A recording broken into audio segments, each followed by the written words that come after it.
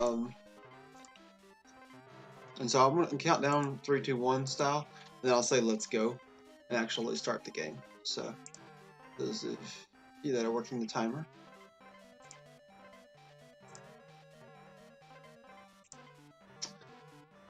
Okay, so this is Banjo-Kazooie 100%. 3, 2, 1, let's go. So right now we're going into the level called Spiral Mountain. If you've played Banjo-Kazooie, you're familiar with this, I'm sure. But this is just kind of the intro level, and it's actually the level that teaches you like all the basic moves kind of thing. So think of it almost like a training area sort of thing. And then you learn more complicated moves throughout the game.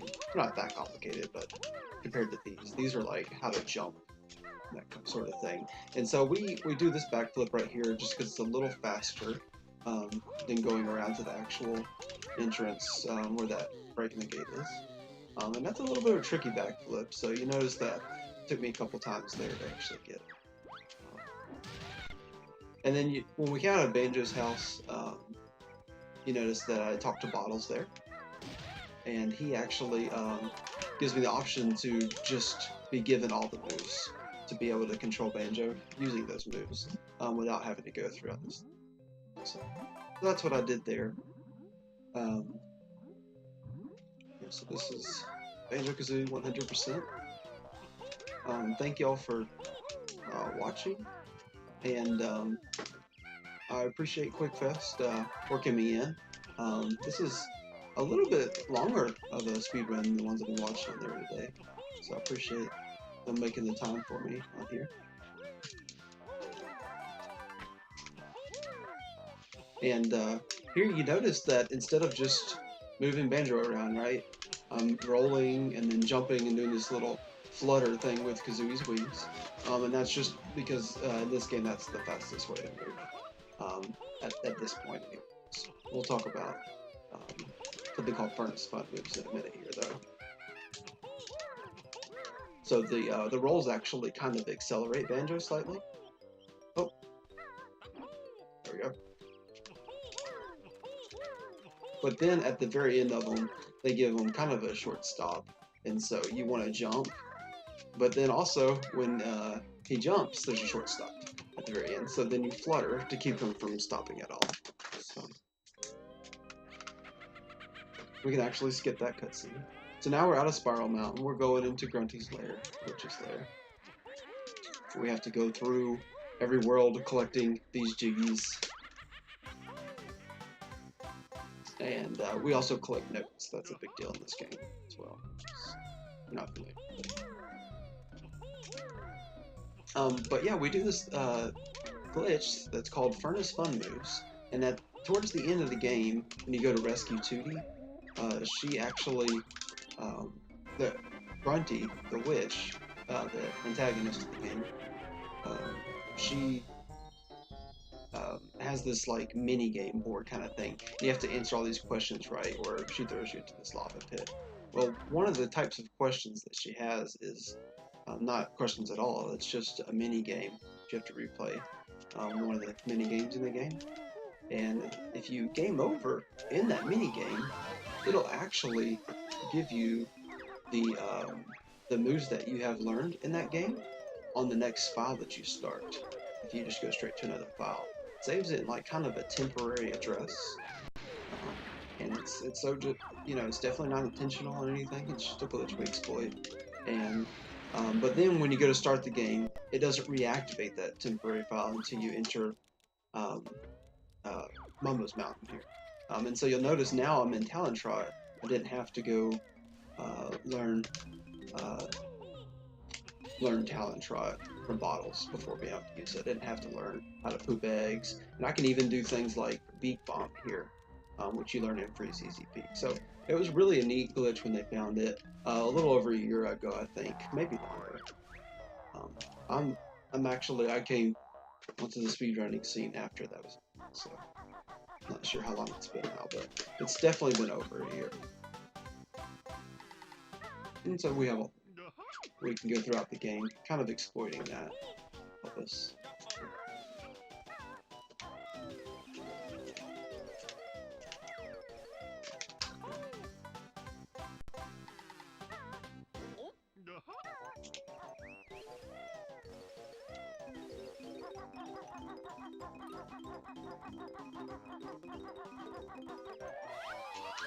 Well, you notice I've been grabbing these little guys. These are the Jinjos.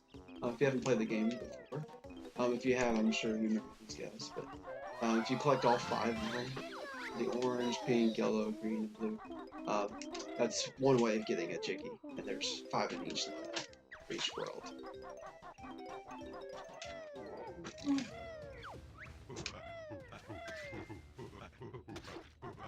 So there's a little bit of RNG associated with Konga here, so we'll hopefully do okay with it here. I'm not sure if it's technically RNG or not, but basically he can kind of block your egg shots by beating on his chest, because I guess they actually hit his chest to be counted as an egg shot here. So hopefully he doesn't troll us. We're able to get these in nice and cleanly here. Well, it looks like 2 are good. This last one in particular, though, gives speedrunners of this game a lot of trouble. Yep, okay. So I think maybe my shots were just off. Okay, cool.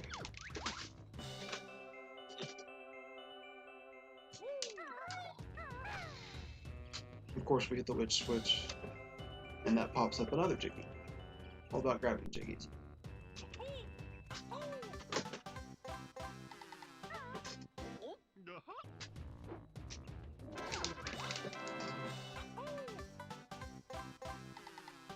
There's 10 Jiggies in each world. There's 100 Jiggies total. And then there's also 100 notes in each world. There's 900 of those to grab throughout the game.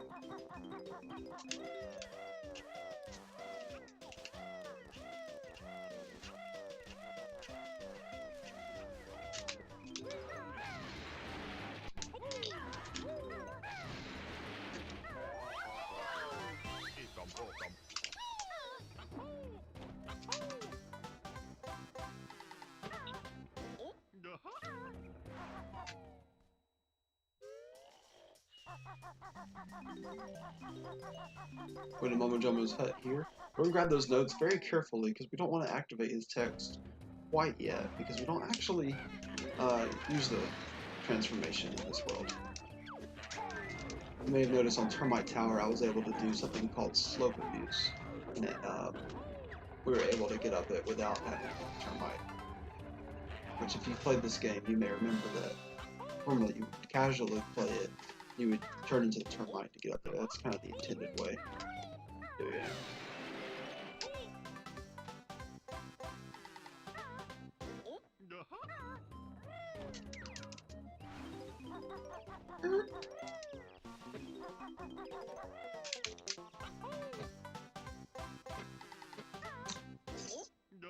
But since I mentioned that, well, I'll tell you what, let's go over quick dives real quick.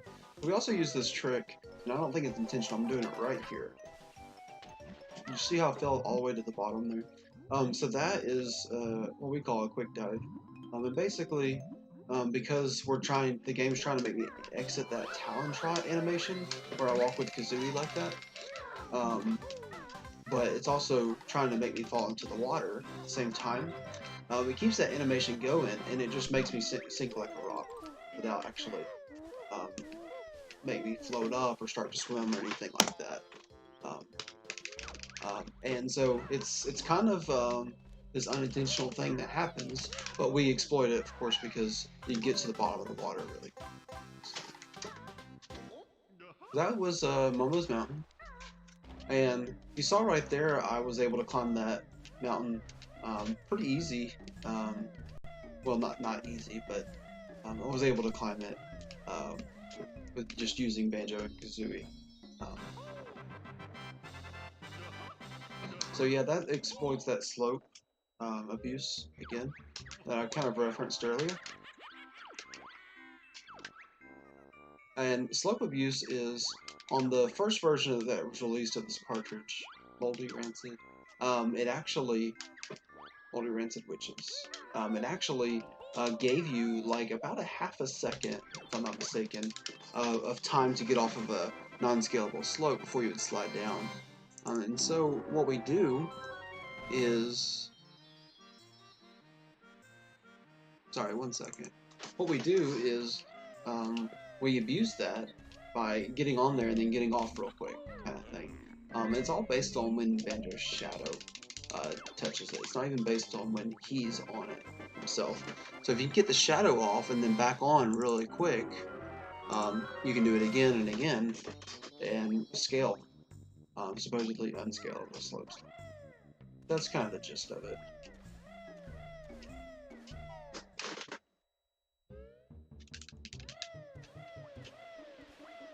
You may have noticed I talked to the fairy there, Bruntilda. She gives us certain answers about grunting. And that will help us later in this furnace fun. Now we're entering Treasure Trove Cove. Second level of the game. So this level is particularly tricky for speedrunners because there's a lot of flying sections and just some really precise maneuvers that you have to do in them. And so even though it's just the second level of the game, it's actually one of the easier ones for you to lose time in, just because of those maneuvers that you have to be able to pull off.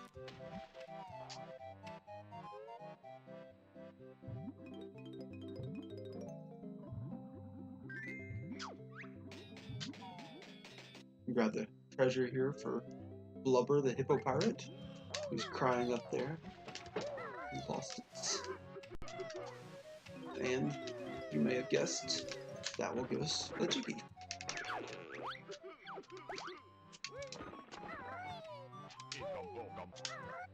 And there's another piece of treasure here, and that's the only two pieces we need.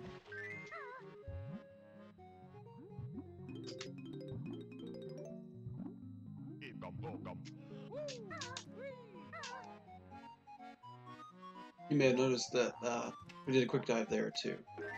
Swimming down there would have taken a few extra seconds. Obviously we want to do it the fastest way, right?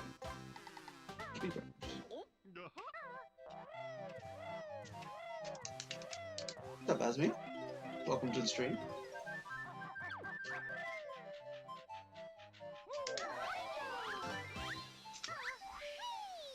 So here's the first flying section of Treasure Trove Cove. And you'll notice again that I'm able to use beak bombs here that normally you would have to learn in Freeze Easy Peak. But we were talking about the Furnace Fun moves file, and so this is one of the moves I was actually able to learn, the beak bomb. And I messed that particular part up there. So it's kind of tricky, you have to have the right height there. I actually had to land. Ideally there, you would want to stay in flight and grab that Jiggy, and then you can actually fly right out of there and go to the next part. So, but it's a little bit tricky. So I'm gonna beak bomb here. Again, we're able to do that because of Furnace Fun moves, which is really nice.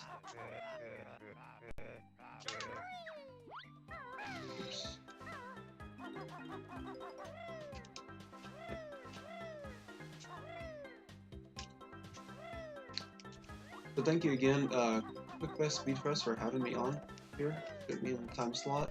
Those of you that don't know, QuickFest SpeedFest is, I guess this is the Mini-QuickFest SpeedFest. They are supporting a charity, the American Foundation for Suicide Prevention.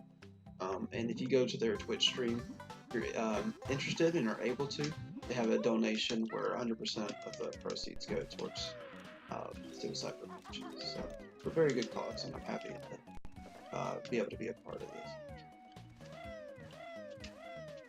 Here's the next flying section, Treasure Trove Cove. So I'm going to beak bomb just to kind of speed things up here.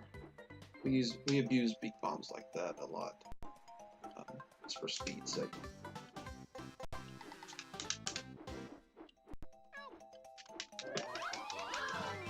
Just like that. You can also gain a tremendous amount of height without having to use a lot of feathers. Beak bombs, if you are pointed the right direction, if you give it a few flaps first. Pretty neat little thing. The reason that works is the beak bomb actually goes for the center of your display, of your screen. So it's pretty neat that you kind of abuse that. And so there is a bit of lag in this game. Right there, I was supposed to jump off after grabbing that Jinjo, straight down, um, and I pressed the jump button, but it actually didn't register, and so I just fell down there. So that's okay. Yeah, I still got to where I was trying to go, but that does happen every now and then. Very frustrating for speedrunners.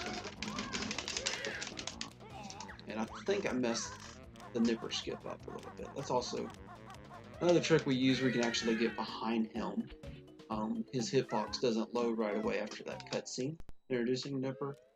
But it didn't go so hot for me. So, and we're down to 1 health here. This part can be a little tricky, so I might play it safe and just go ahead and smash these guys and keep them from killing me.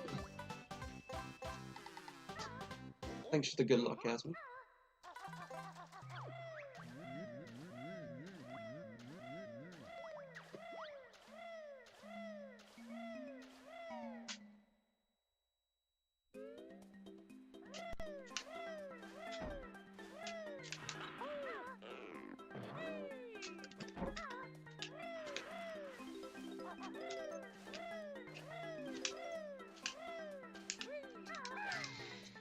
And you might notice that, you know, if you haven't seen very many speedruns of Banjo-Kazooie, that I jump a lot just when I'm traveling from place to place. So Kazooie, you may notice when you're in Talon Trot, he jumps, and it's actually pretty fast at the beginning of the jump there. He accelerates quite a bit. And so that's the reason we use it, is it's that much faster. And then there is a little bit of kind of a slide he does at the end. So it'll slow you down if you don't kind of keep jumping. So just kind of jump through the whole run.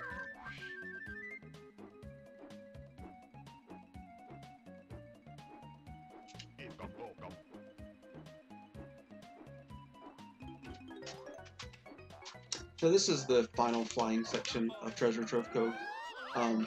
And it's actually kind of tricky too. You may notice that I had to beak bomb, but also not hit that platform there.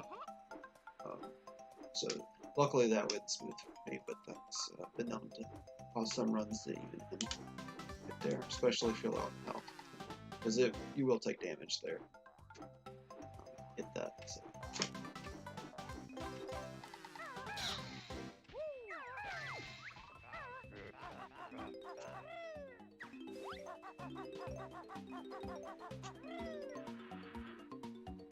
Oops.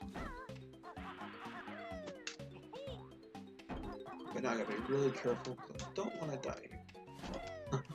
Would be bad.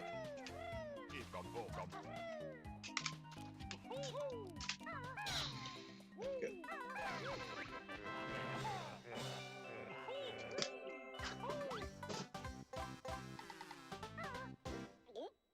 Kind of ending, nearing the end of Treasure Trove Cove.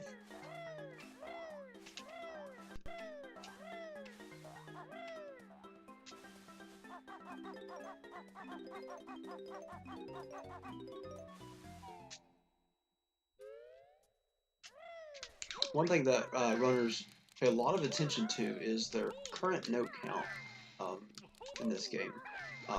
Those of you that aren't familiar with the gameplay, Nintendo 64 version of this game, if you die in a level or you leave a level without all 100 notes, it takes how many notes you did have at that time, and that's like your note score. And then, like, let's say I died here with only those 98 notes. If I wanted to make it all 100 again, I couldn't just go back and grab the next 2. I would actually have to collect those 98 again first, and then grab the next 2 if I wanted to make it 100. So getting all 100 notes without dying or leaving the level is very crucial in this game. So a lot of runners will check and make sure they have a certain amount of notes at one part of the world, and they may do that, you know, 4 or 5 times in one world. Hey, Ninja Kid, thank you for the follow. Appreciate that.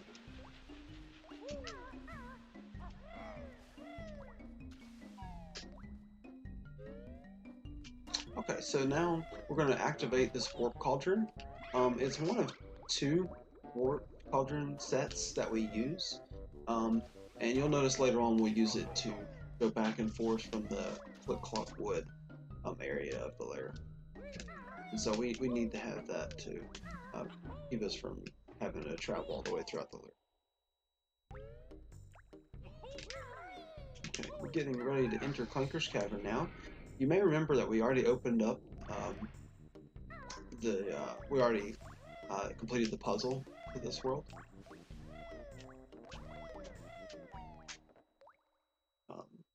We're able to just go right in. We did that before we ever went to Treasure Trove Cove.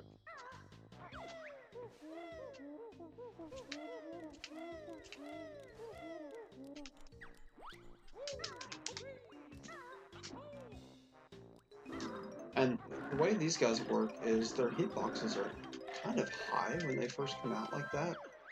You can see there's quite a bit of gap between the little hole in the wall where they come out and that pipe.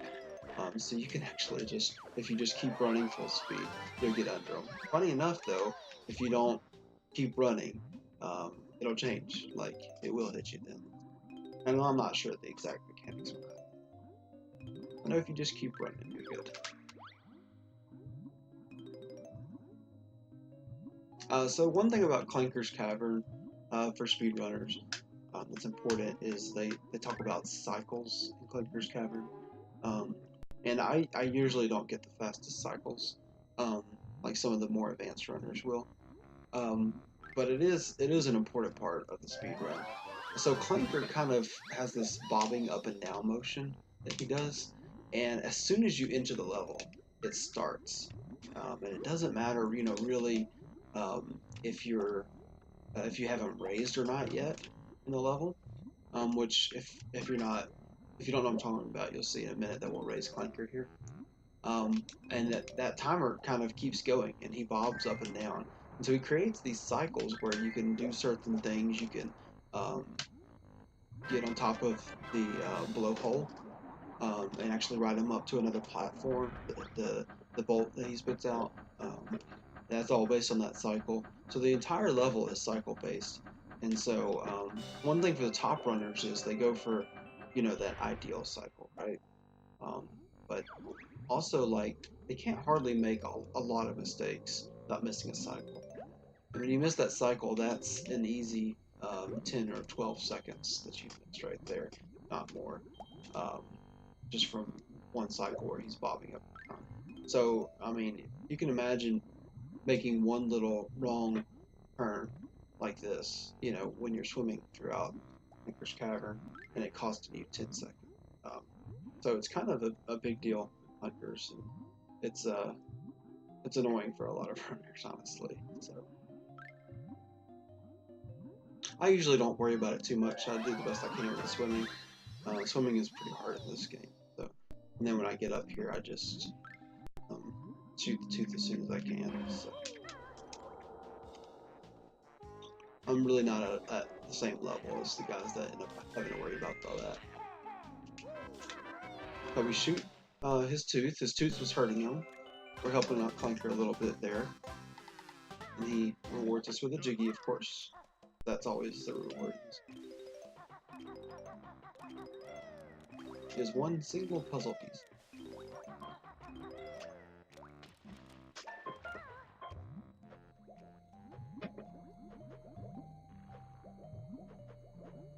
And here, I think this is a fun little section to try to time yourself in. I think in the TAS speedrun of this, you can actually get 23 seconds left on that timer that they provide in the game. But a lot of the top runners, such as Stivity Bobo, who has the world record for this game, by the way, will get like 22s or maybe sometimes 21 seconds left. 21 is the top that I've ever gotten. So let's see what I get here. I got a 19, so that's about average for me. Not a real fast loop section.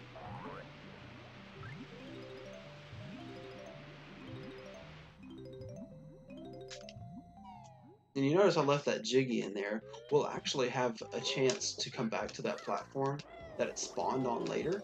And so instead of grabbing it now, we'll just get it when we're going to come back to it later, because we have to go to that same point later on. And you'll see here.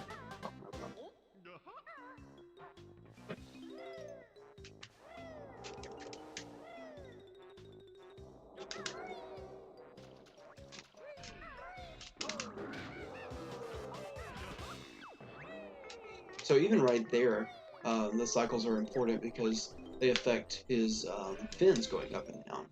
And you need the fins to actually get up onto this particular platform here.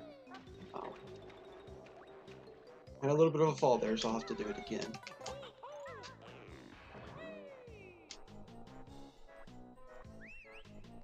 I'm going to rescue this Jinjo. There's a Jinjo down here. You can hardly see him. Trust me, he's there. And we're going to go for a little trick here where you can actually backflip midair. And we landed it. And that enables us to grab that without falling all the way down. And it's actually faster to go ahead and grab these notes if we can pull that off. So that was nice that the game let me have.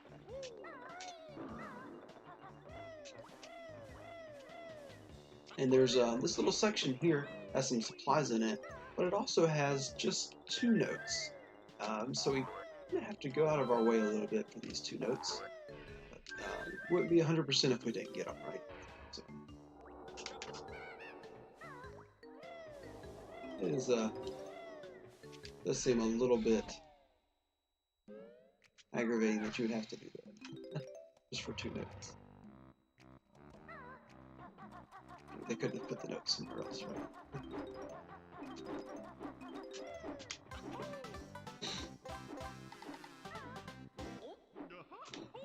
And here again, I'm going to abuse the fact that I already have learned Peak Bomb and was able to transfer those moves over to this file there and go straight for right here. Saves a lot of time. And here, hopefully, I'll pull this off. Normally, you would have to use invincibility feathers there, but I was able to actually get through all those surprisingly without it. Oh, and I did it again. Wow, pretty good. So there's a secret that you may have noticed. I was running along the kind of the edge of that walkway there.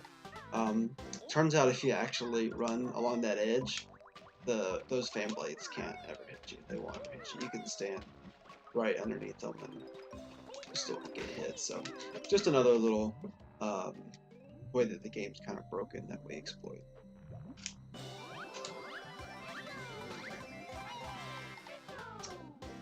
So if you find this entertaining though, and you haven't watched Banjo speedruns before, certainly check out my channel. But there's also lots of speedrunners that do this every day. You can just about turn Twitch on and find someone speedrunning Banjo-Kazooie. It's a really fun game to speedrun if you're into speedrunning yourself also. You might check it out. The 100% route is based on the N64 version though. There are some differences between it and the Xbox version. So if you want to run 100%, you'll need that version. Again, exploiting this quick dive here. Like I said, Studio Bobo is the world record holder, so you might check him out. But there's also some really good speedrunners out there that run this game. So even when you get down to like the 20th place guy, you know, a lot of skill there. It's just a really popular game and a hard one to get high up on the leaderboard in because of that. Did it not do? Oh, there we go. Okay. Mata100 LP, thank you for the follow. Appreciate that.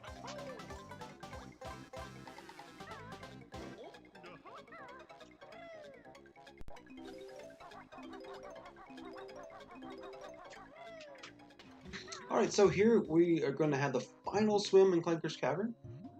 You may have noticed, I didn't mention this before, probably should have, but when I left Treasure Trove Cove, the last world, that this was actually, that I actually died at the very end of it, and it brought me back to the starting point, and then I just left. So in this game, we abuse what's called Death Warps, and it's basically just the fact that when you die in a level, it will respawn you at the beginning of the level, and so sometimes that's actually quicker than walking back when you're done collecting everything. So we abuse that, and here what I'm going to actually do is instead of losing all my health, this is a swimming level, I'm going to actually lose all my air to Death Warp. So I grabbed the last honeycomb piece in this level, there's 2 in each, and I grabbed the last note, and I grabbed the last jiggy. And so on that final honeycomb piece I was done. And it's time to where the air runs out right away like that. And the route, the speed run.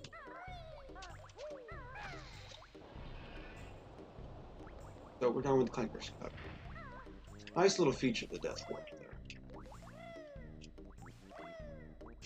Adds an interesting aspect to the game for sure. Talk to Bruntilda again, get some more answers. Reinforced girdle. Leg Chomper, named her dog Leg Chomper. Broomstick board. Reinforced girdle, Leg Chomper, broomstick boards. And so we're now opening up this little area so that we can get to the Bubble Glitch Swamp puzzle. And we can open up that world, and that's actually where we're headed next.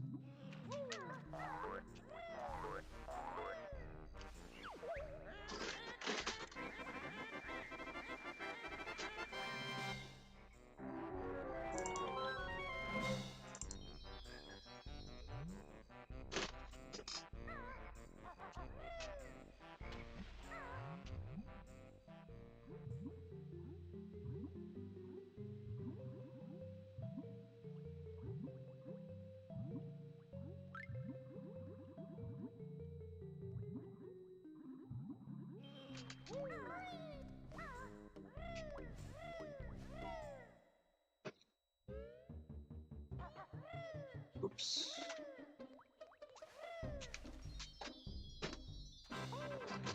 So again, if you're not familiar with the game, you go through the witch's lair, Bruntilda's lair, and you have to open these node doors to get certain areas of the lair. So if you haven't collected enough notes, you won't be able to. Obviously, we've collected all of the notes because this is a 100% run. That's not really an issue for us. But in the casual play, if you don't get enough notes, then you won't be able to get to certain areas of the lair. Unless you had that number that's on the door.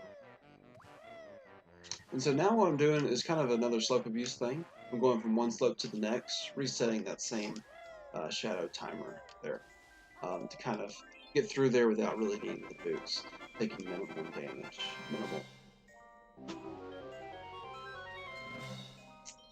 And then I'll do the same.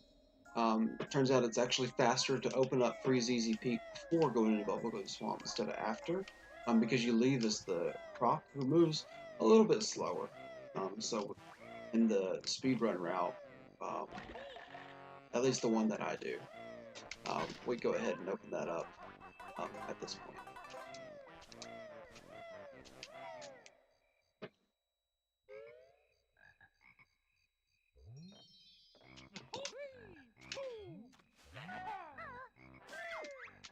So part of this level is these golden crocs. We have to shoot eggs into their mouth. And yeah, if we feed enough of the golden crocs, they give us a prize. The G's. All about the G's in this game.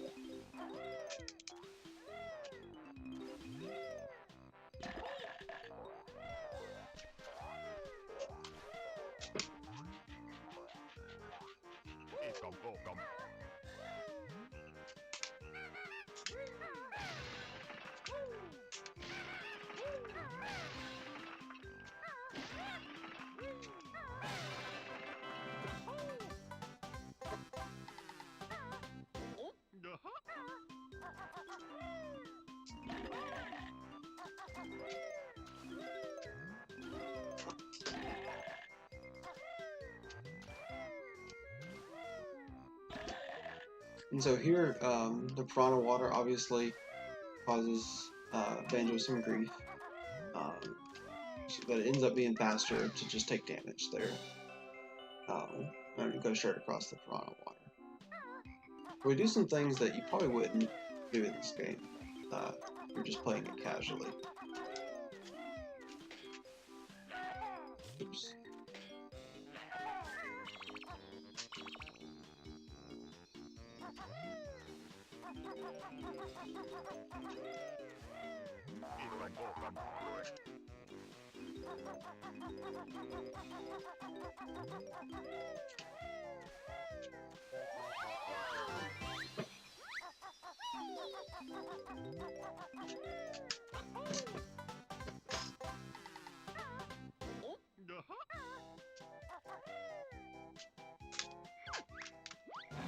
So here you can do a rat-a-tat rap attack to kill all these guys, which is the way I always did it when I played it casually before I started speedrunning this game.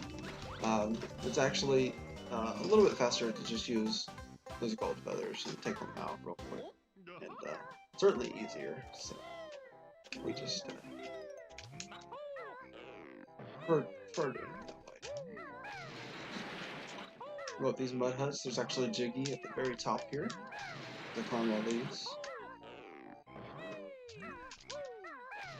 And in a second here, I'll be attempting something that's a little bit tricky, but most of the runners do it. It's not like frame perfect or anything. But I'll be doing something called a cutscene overlap, and I'll try to overlap the Witch Switch cutscene with the Golden Croc cutscene. So all I'm going to do is shoot his egg here and then roll over and hit the switch. Okay, let's try it again. I have to get this croc, so go ahead. Alright, one more time.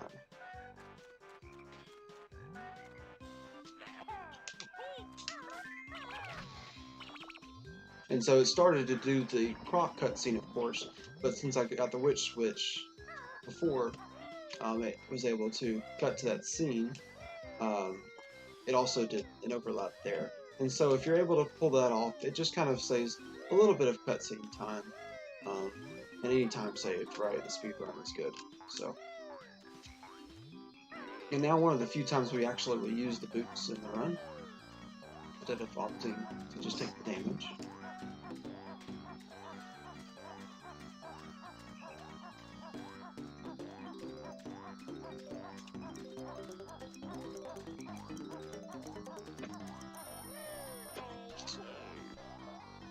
Now, ideally there you would just jump straight onto the pole. You notice there was a little bit of an animation that I had to watch when the timer ran out. But if you do something like start climbing on a pole, it'll actually cancel that animation and the boots without having to make you sit there for an extra second. But, you know, 1 second, not going to hurt us, but obviously we got to try for it. Save any time we can, right?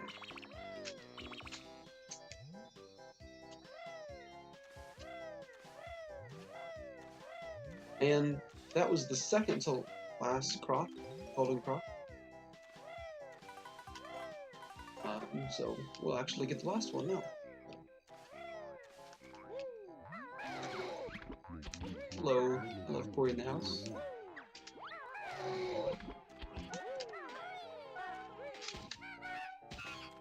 Glad to have you here. How you doing tonight?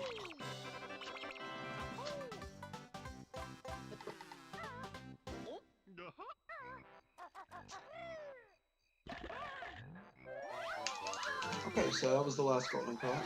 And we have one more Jinjo to get.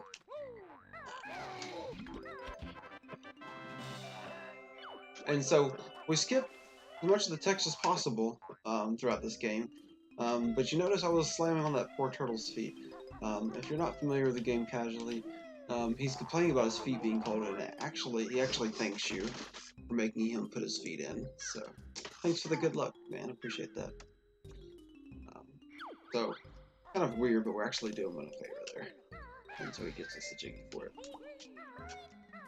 So there's a little bit of RNG associated with these guys. I say a little bit, there's a lot. The colors are completely random and different every time. So you have to really pay attention. You can't just memorize one pattern. Blue, red, cyan, yellow, blue.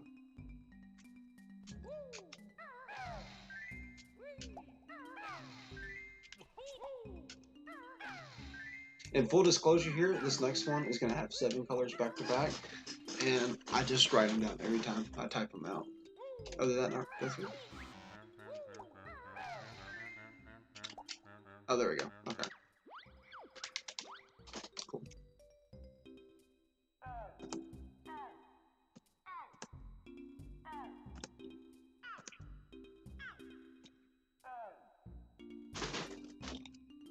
Okay, so blue, violet, pink, violet, yellow, cyan blue,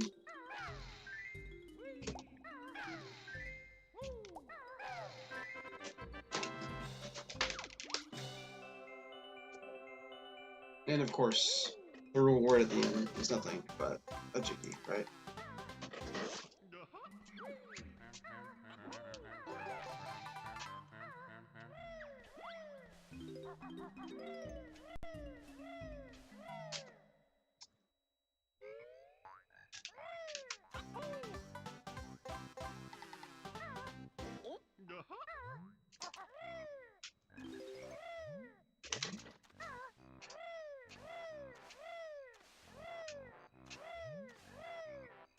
Pretty soon we'll be coming up to a fun little mini game. It's actually something that's on a timer. You can't do really anything about the speed of it up here. And it's not too hard, but there is some RNG associated with it. So on the final round, if you do get some bad RNG, it can give you the potential to actually lose your money. So it can be a little nerve-wracking. But be coming up, Mr. Wild. So, I only say Mr. because that's what they call it in the game. I'll go ahead and cancel those. I like my angle to be better right there. I have another time Jiggy. Obviously, there's a little bit of peril associated with this one. Managed to get across it pretty well. If you're ever playing this game on your own, you've found that Jiggy hard. Always watch the shadow of Banjo. I don't even watch Banjo, so it seems to do pretty well for me. And so you may notice me taking some extra damage here if I get the opportunity to, from like a dragonfly or something. Ideally at this point you really only want to be at 1 health, and I have 3, so I may find some different ways to take some extra damage, just kind of here and there. As you may have guessed, we're going to do another death horde at the end of this level.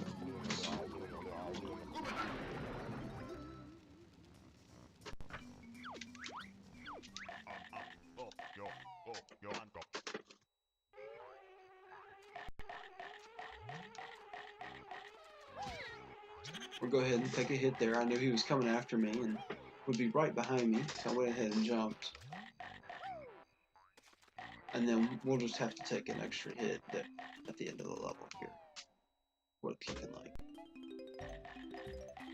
Now I do have to be a little bit careful here, because if you lose in the mini game here, and he chops you for losing, you actually will take 2 HP damage. So if we do that, we'll die early, and it will cost a lot of time, because again we'll have to recollect all the notes that we already collected. Our note count will be set. We definitely don't want that. And so again, go back to the FFM thing, the Furnace Fun moves. We're able to use the running shoes ahead of time. Normally you learn those at Gobi's Valley, a later world, and you would have to come back to Bubble Globe Swamp to use them in this race here. It's possible to do it without the running shoes, but very difficult.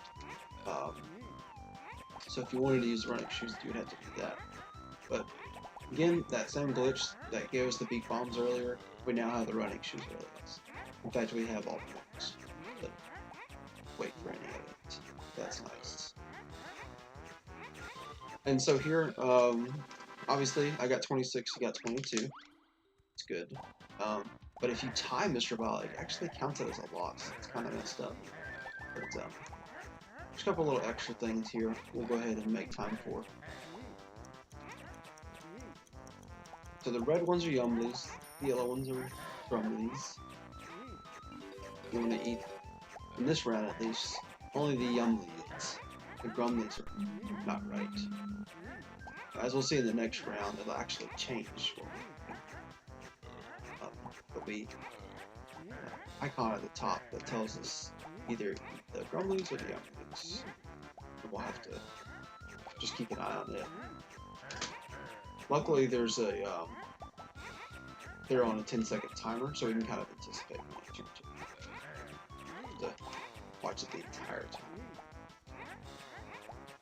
That round of Vile went pretty well.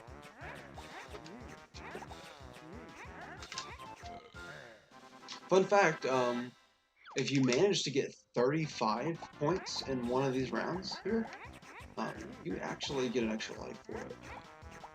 Not something that's a big deal in the speed run. Something I didn't know for a long time, just because I was terrible. I'll get cash. Oops. So you can go for one, and if it changes before you actually eat it, it does not count for your points. It gives you that little animation that kind of slows you down, which is not good.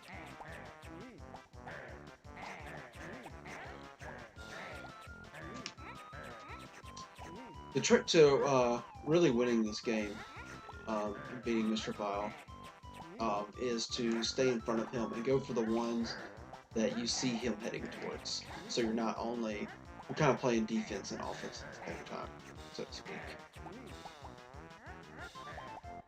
Okay, so that went pretty smooth. The RNG was not bad on that, honestly. And so he asked me to play another game. You have a chance. Play them again there and win some extra lives. But we don't need any extra lives. Lives aren't important in the speedrun.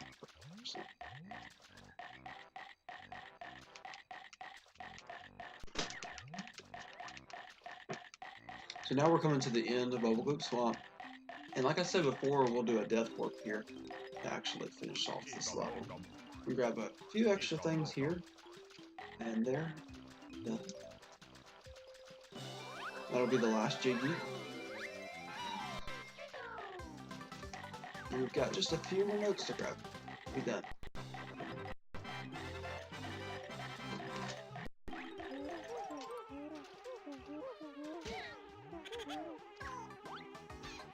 So I go ahead and do a death warp there. Again, it's intentional.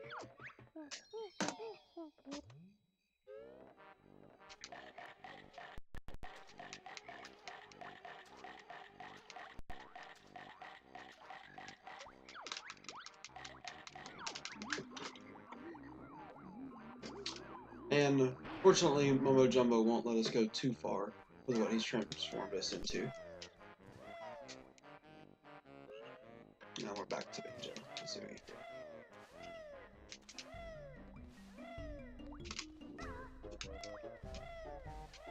Oops.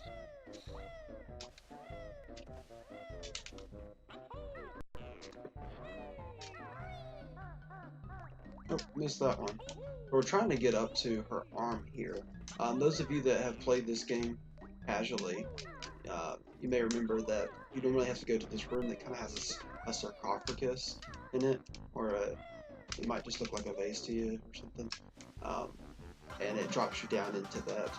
But obviously there's a way that you can get around having to use all that to get it, and it's supposed to be a little bit faster to do it this way.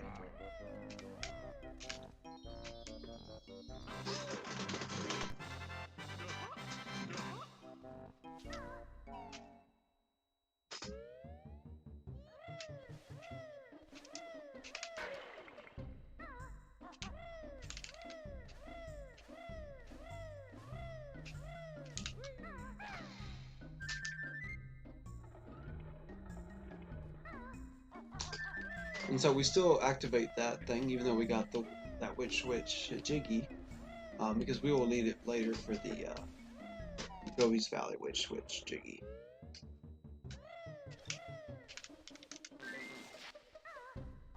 I'll have to get up to a certain height to get it also. That thing kind of is used for two things, and we managed to skip one of them. We weren't able to skip the other.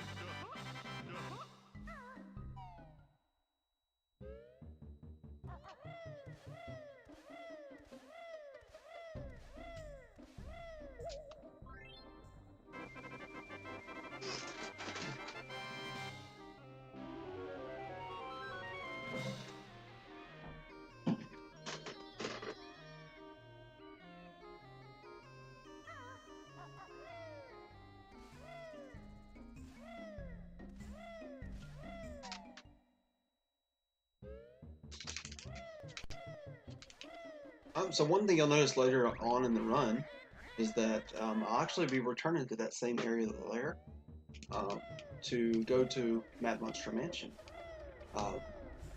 And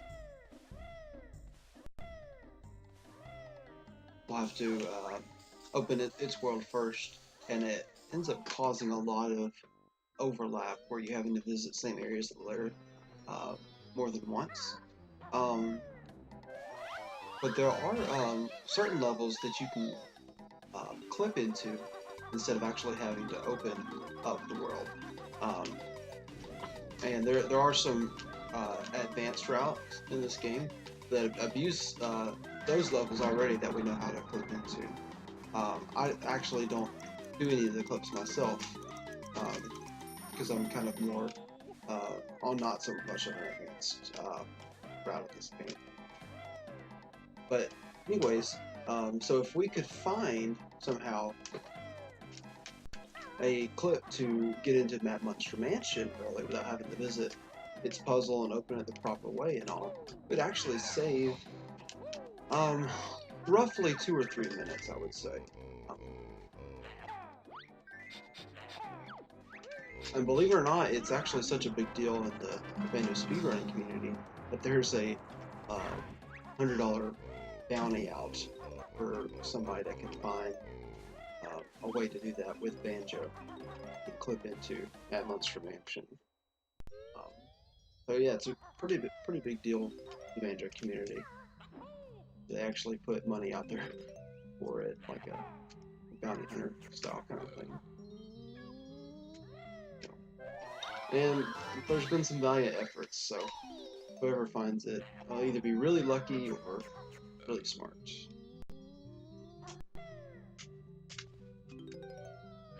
Creative, maybe. Better way to put it.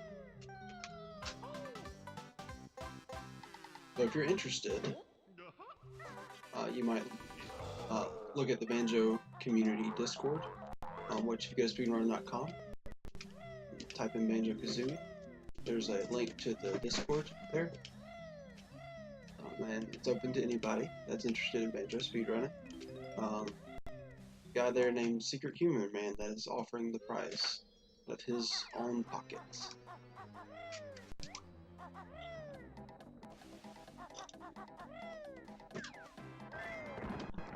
Dedicate that ring right there to a guy named Thunder. So the Gobi's Valley rings, you may remember if you played it casually that you have to fly through those rings, and then if you fly through all 5 rings you get a Jiggy. We actually exploit some things like that to get those rings early. So I was able to get 2 of them in flight so far. Hopefully I'll be able to get a couple more, and then I'll have to do 1 actually. But we'll combine it with another flying section, of course, because that would be the ideal way to get through the level.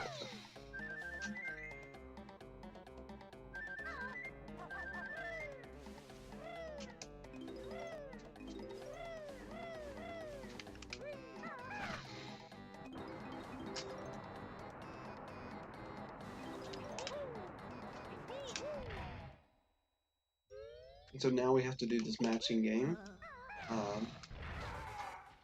where we find the tiles that match. Oh, got that one. Honeycomb tile. Let's try this one. Oh, that one matched too. That's good. Okay. Getting a lot of matches right away. Oh my gosh. Crazy RNG.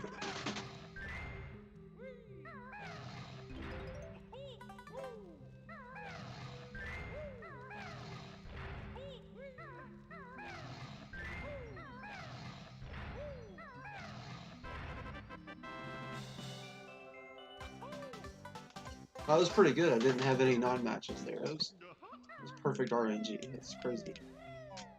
So I'm kidding, of course. Those tiles are always in the same place. If you're ever wondering about that matching game, if you figure it out once and you can remember where they are, they're actually all in the same spot.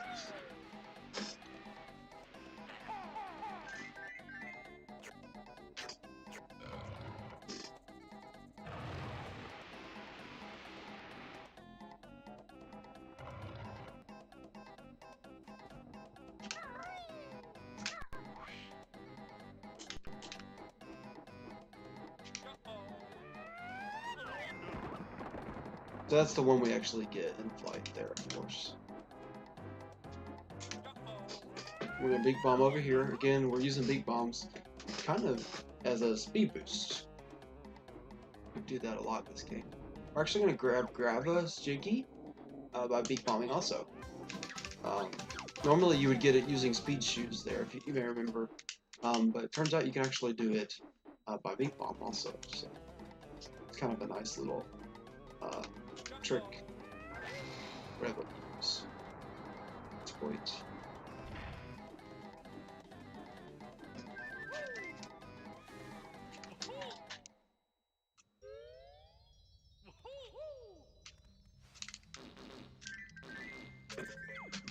So there we basically just get to that corner and spam a bunch of eggs. Hope that we get 5 of them in. So they're definitely aimed. But, sometimes not all go in, you have to do a few more.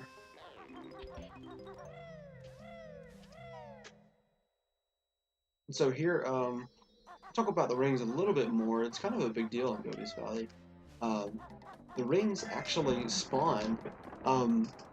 That first ring, when you come out of a loading zone like that, it doesn't even spawn until it's in the camera's view. So you can actually manipulate where your camera's at and keep it from spawning until you get right up on it like that, and then jump on it before it gets to that height. So we're able to exploit that to kind of get on top of those rings before they actually get up in the air good. So that's a nice little thing that was found. Banjo community.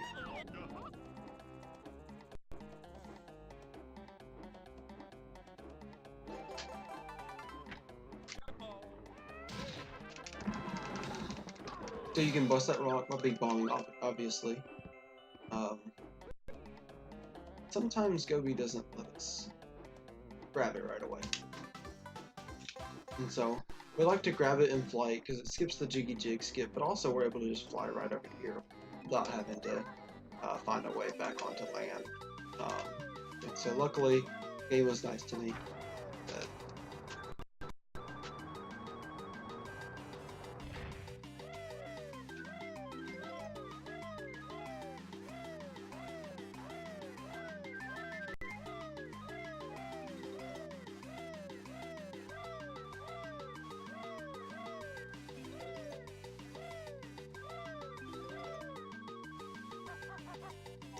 Alright, very good. Always, when I was a child playing this, found that it's really hard to get up. Your movement has to be pretty good, even with the speed shoes to make it good. But you kind of get used to it after you learn the speedrunning route and all.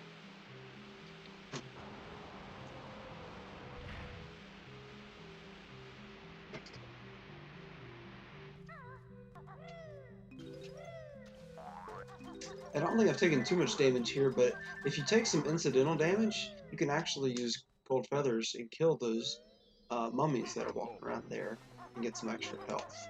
Um, that's kind of like a backup sometimes we get to use, so that not everything has to go completely perfectly for us to be able to continue this.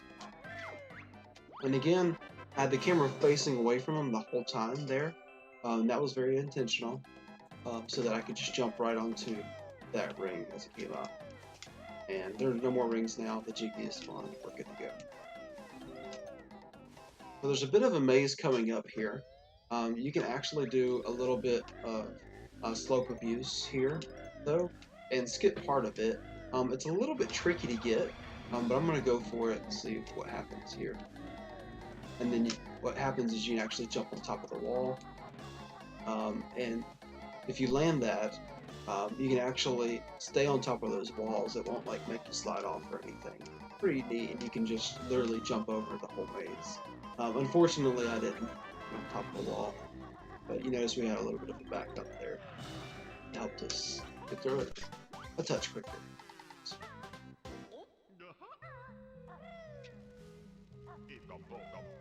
Normal token we need there. There's a Jinjo in here, so you have to be sure to go to that base. Also, if you want to get all the Jiggies. Again, exploiting that whole quick dive thing, where we're exiting Talon Trot at the same time that we're entering the water. Gives us a nice deep dive if we need to get deep down into the water quick. So grabbing some notes around here, and you saw we grabbed the last Jinjo. Get the Jiggy for that.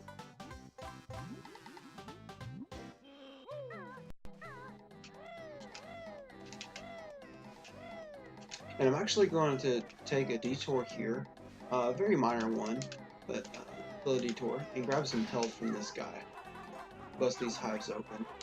Okay, thought I was down a little bit more, but you actually ideally want to have full health at this point. And there's a couple different ways to do Gobi's Valley. That's one of those that you can kind of take your pick and do what you're more comfortable with. There's some more advanced techniques you can do and save more time than I'm going to do here today also. But one thing I am going to do is I'm going to grab these notes with the speed shoots. And it's actually faster than using the boots, which is the intended way for you to get these. Or at least it seems to be the intended. I guess I can't speak for the developer. And you notice that I'm taking quite a bit of damage here, so you definitely want to make sure you're at full health before attempting that. Because not only do we do that, but we're going to take damage later and just run through some more hot sand. You notice I went in flight to grab that Jiggy that was literally sitting right next to me.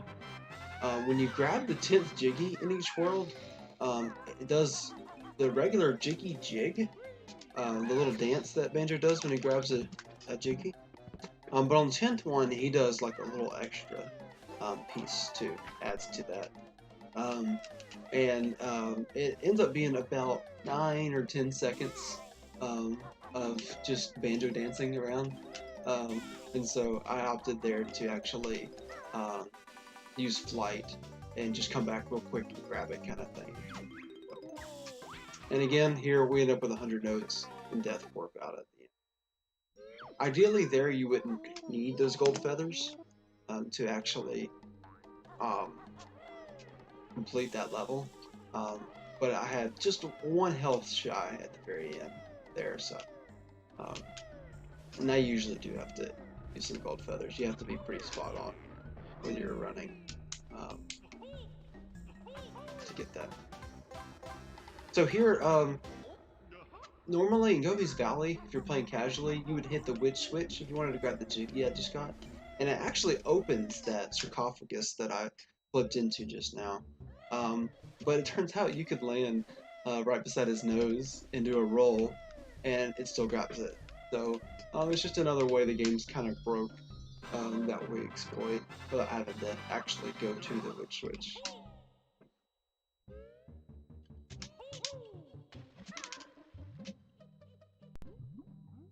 And so when I was talking about Mad Monster Mansion early, this is kind of what I was referring to. You have to come over here to open it up. Go through this whole long swimming section, If you look at the timer and then kind of look at it again, you'll see just how much time passes, and it's between 2 and 3 minutes. And that's all we use this room for that I'm going to now, is for opening up Mad Monster Mansion. So it really is a big chunk of time just for this one thing.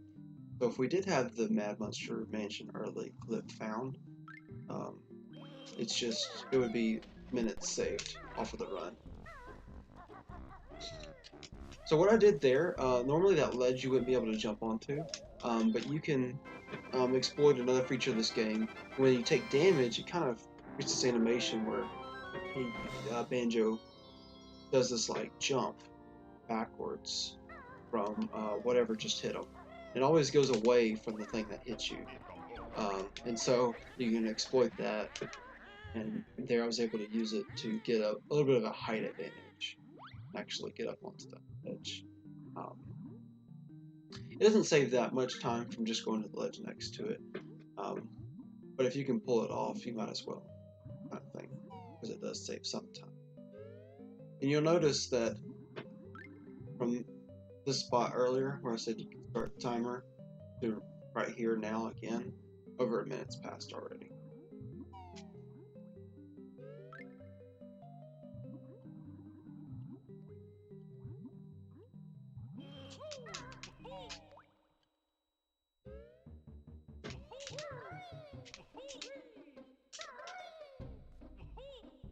Well, that wasn't a good spot for you to be, was it?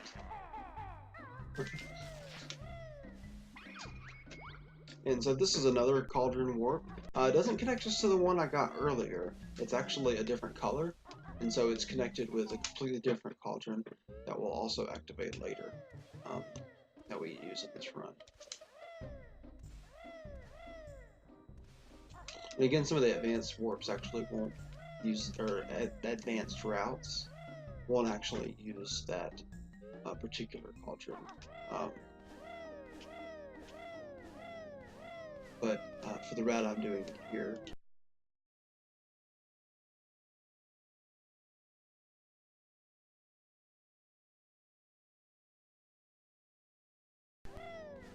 we will be using later on.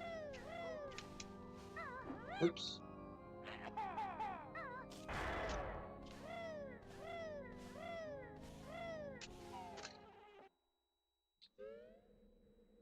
So that move I did there, where it looked like I hit nothing, that was just me hitting the wrong button. So that wasn't good one. Normally, casual play, you would use a rat-a-tat-rat, Kazooie's attack, to destroy those windows, but the eggs will do the job, and they're slightly faster, so if you have enough eggs, it's one of those things where you can go for it.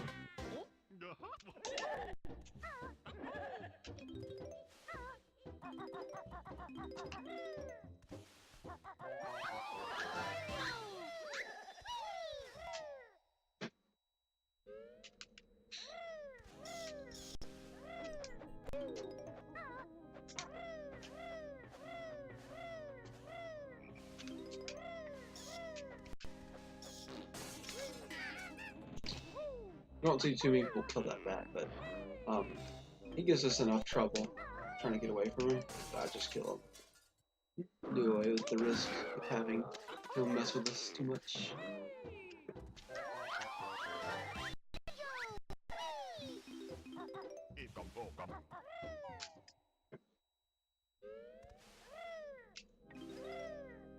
Oh!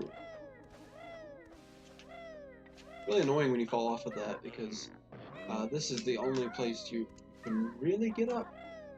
There's another way that I've seen some runners do it that involves clipping through it. I just go around. It's kind of unfortunate when you fall off the house like that incidentally. There's really only one way to get back up to the very top. Got this Jinjo. Rescue all the Jinjos.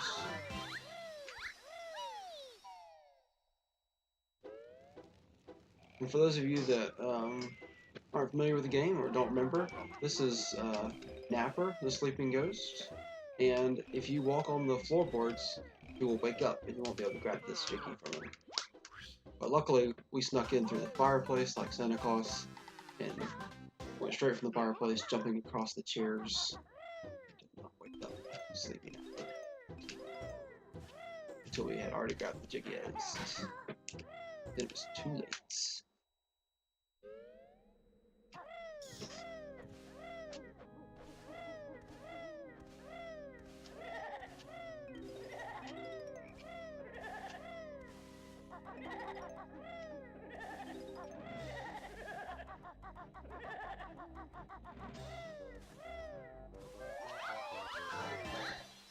So those ghosts kind of like to troll a little bit, and there's a little bit of RNG associated with them also, so they can be in the way, and a lot of times you have to just burn a gold feather and destroy them before they mess with you too much.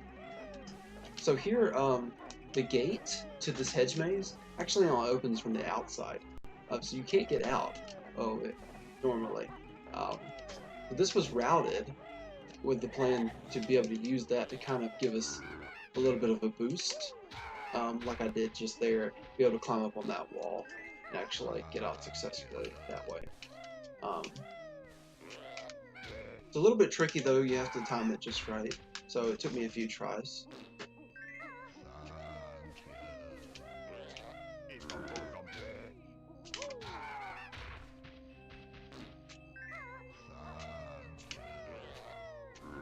I'm just gonna find a gold feather here. Gold feathers are actually faster for killing those guys, but at this point in the run, I usually don't have that many of them. So unfortunately, I'm not able to really use gold feathers to kill those guys.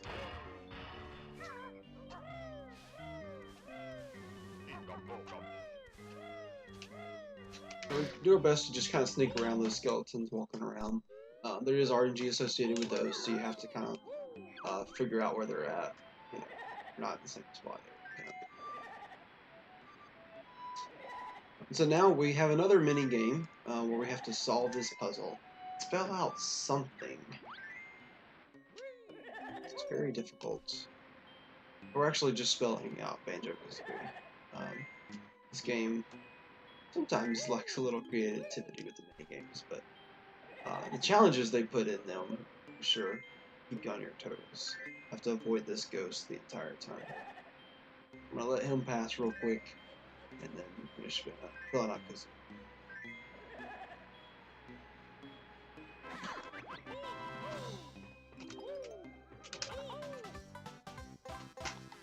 Dun, dun, dun.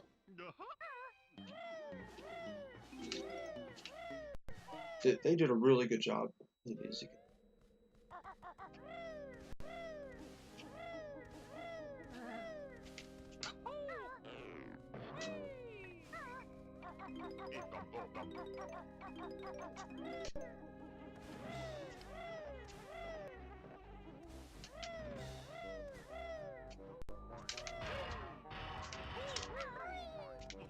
Coming up, there's a Jiggy Jig skip I can get if I time this just right, but I didn't get it there. It's really hard.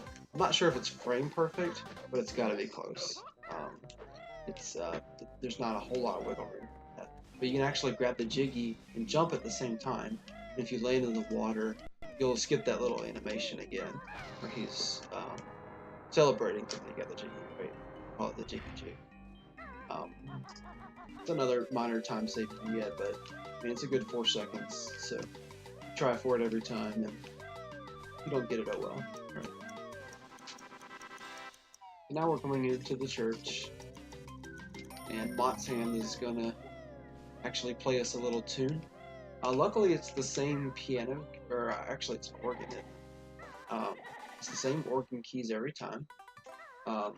So in a minute here, when we go to this little mini game, and we go to copy him, we're actually gonna go ahead of him a little bit instead of copying his pattern.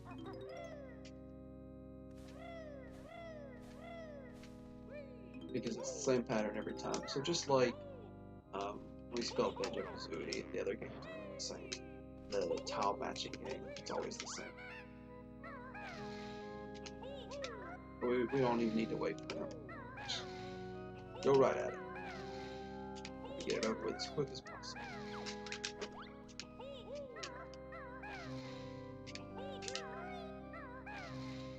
So there's a little bit of lag in this game because it's a Nintendo 64 game, and they were basically just trying to push the limits of what they could do at the time.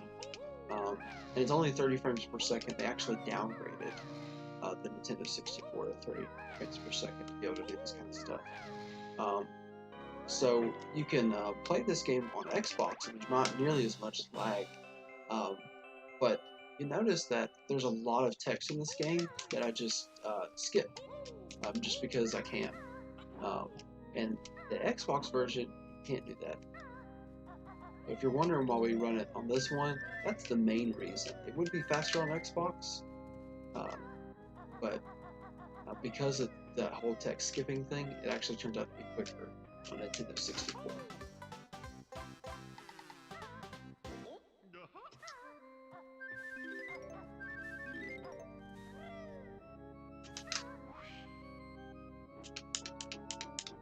Fly up here, there's a witch switch, there's a mumbo token we're going to grab, and then there's also an extra honeycomb piece.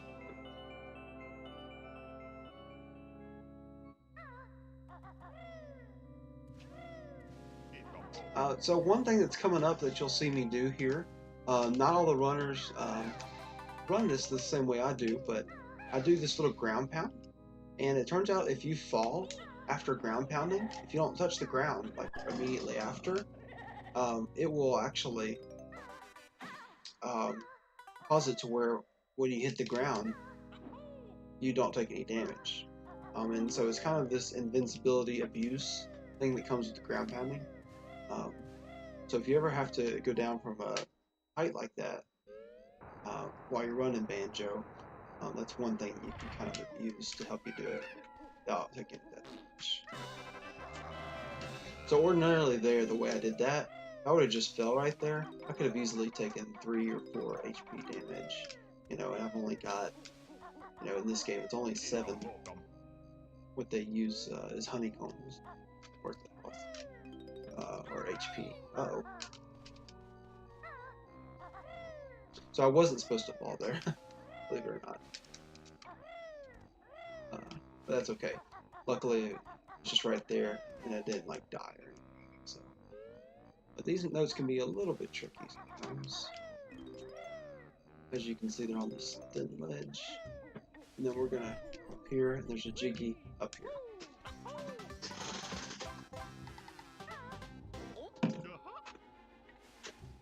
Then we'll grab the final note as we jump off. Finish off the roof of the church. We're coming up to a section where we have another transformation. We're actually going to turn into a pumpkin here. There's certain things in this world that you can't get as Banjo. You have to be the pumpkin. So we're going to do that. Actually grab these 2 notes. Wake up, sleepy mumbo jumbo.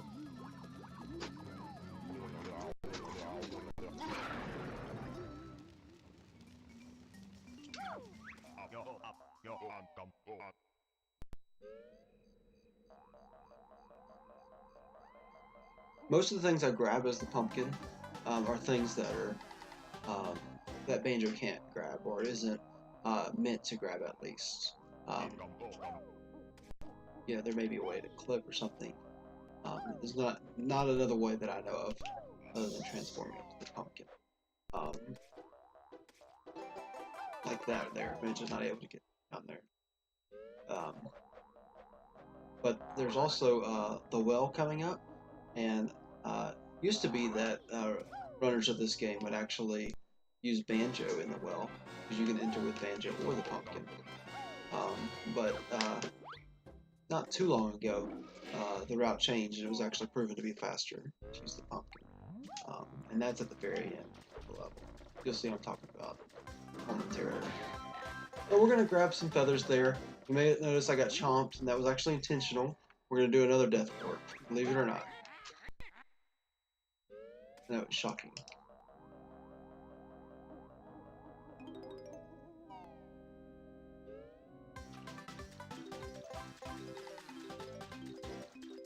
We have a lot of health right now.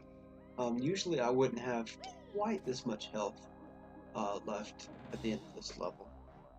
So we're gonna actually take some intentional hits like that here. Kind of help us die a little quicker at the end. So here it's not, the movement isn't created to be any faster if you jump with the pumpkin there. But you notice when I do land, as he's walking, he kind of splashes around a little bit, and even that little bit of splashing creates some lag. If I try to jump just to reduce the lag on that, it helps this be a little bit faster. We're going to take some more intentional damage there. Grab this last note, and we're now able to die without worry.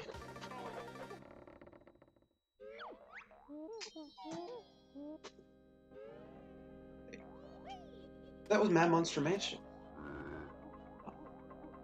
In this area of the lair I'm about to go to here, you can't actually enter this room with anything but the pumpkin. Not only is it obvious from the door being there and just that little bitty hole being open, but the load zone doesn't exist unless you're a pumpkin. If you were to approach it as Banjo, or somehow were able to get another transformation like the Croc that I was in VGS over there, the load zone wouldn't even exist. So we have to do that and then transform back into Banjo and get this water switch. And I'm actually going to do something intentional here. You notice that the console is reset now. It's part of the run, so don't worry. But this is actually, turns out, faster to just go back through the layer from the beginning of the game than to retransform into the pumpkin and exit that room, and then go back from that point in the layer to what we need. So it's actually part of the route to reset here.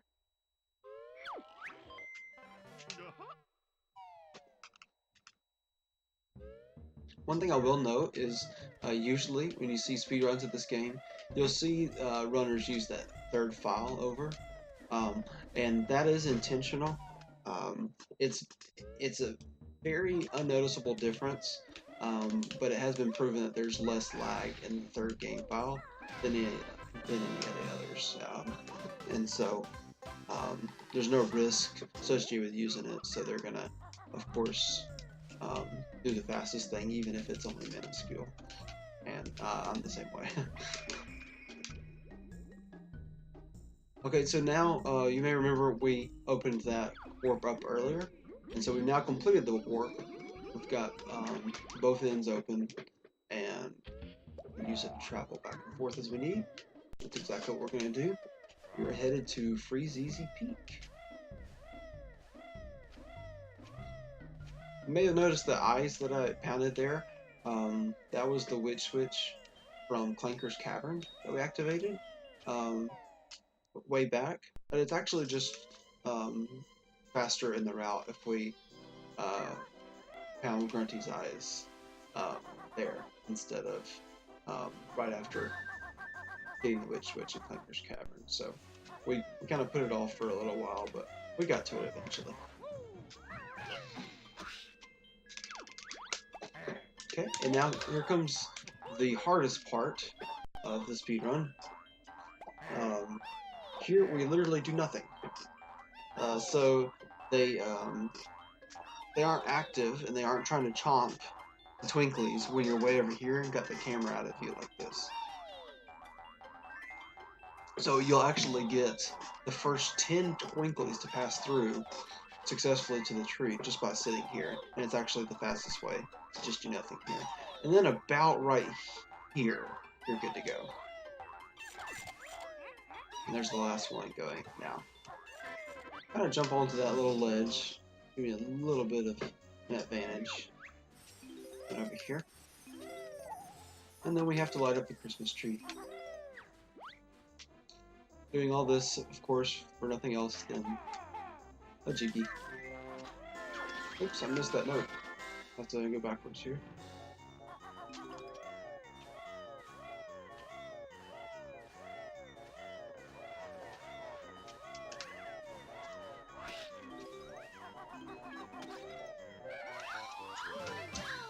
And you get a little bit of a height boost when you do that rat-a-tat-rat there. So you notice I didn't actually have to do a backflip and get up onto that platform that Jinjo is.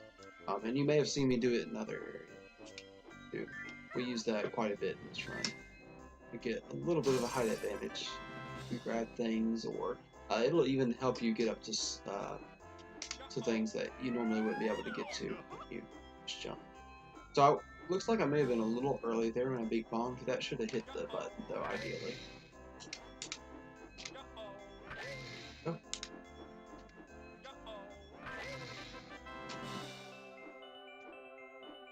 So we do things kind of in a weird order here.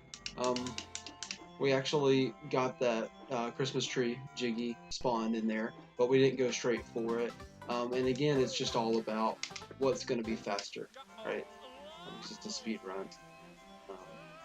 But you do a lot of crazy things here, getting stuff in flight, flying around the level, going to kind of zipping across it, using those big bombs, things. And it's all intentional. It's all been meticulously planned and timed out by people that have more patience than me.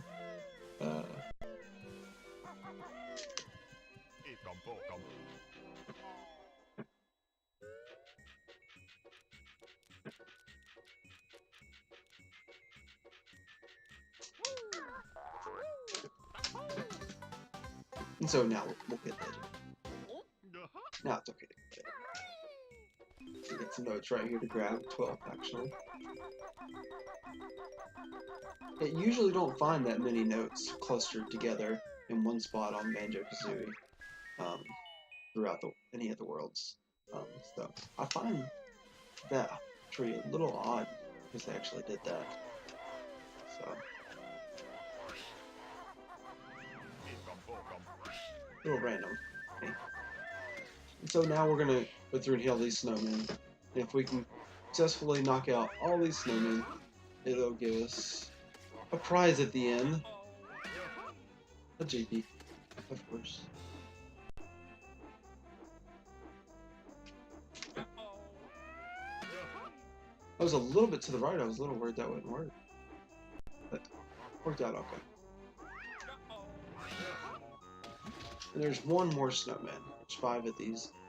They're called Sir Slush in the game. So now, there's the Jiggy. Pop it.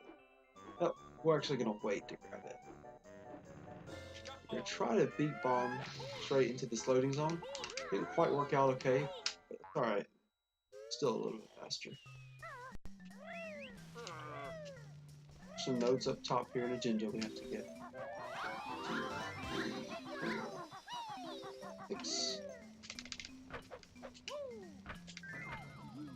You have to press B when you do the transformation, so sometimes if you try to do it real fast, you aren't on there good. You'll get something else like a bear punch.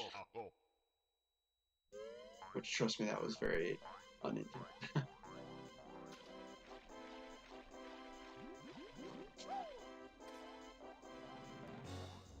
And so now we transform into the walrus. This water is actually too cold for Banjo, so we you can get him with him, but every time he enters the water, he does this little damage animation and he takes damage. So go ahead and grab those with the walrus, and then those other ones that are left in the water will actually grab it in the middle of this race right here. So good old Boggy wants to have a sledding race here. And he likes to say this thing, "Wahey," a lot. I hear a lot of that.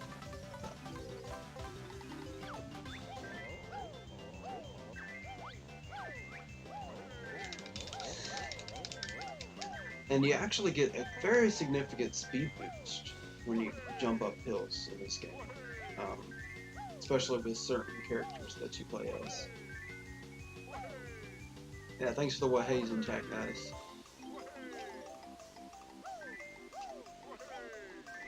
So it was a little bit sloppy, but I think we're still in the race. If you fail the race, it's a big time loss, so as long as we're still in the race, we're good.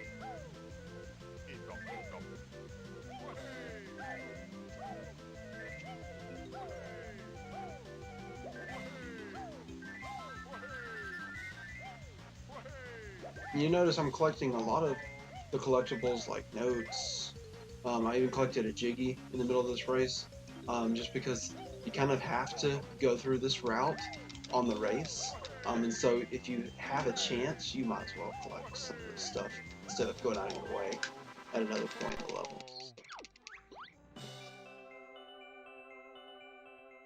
Solid Boggy race.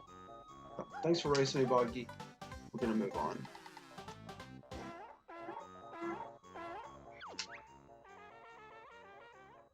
And Waza, the walrus, will only give that Jiggy to another walrus.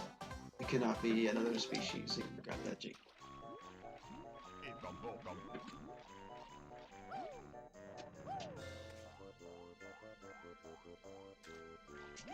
And you may notice sometimes I have intentionally skipped things with the walrus, and it turns out that it's actually like slightly faster. Like I skipped some notes there right after the race. It's just slightly faster to get some things with Kazooie and talent shots. Now we have to transform back. So you have to transform. Oh, sorry, I needed a drink. You have to transform into the walrus to do that race. But then there's another race that you can't do until after that first one, and you have to do it with Banjo. And so this is one of the few levels where you actually have to transform into something and then transform back and complete the level as Banjo kind of thing. All the other transformations, you end up finishing out the level as that transformation, so you don't have to visit Mumbo Jumbo twice kind of thing. This level's unique in that way. So this scarf is just kind of a nice easy walk where we grab some supplies we need, and of course the notes you have to get to open the note doors and to complete this 100%.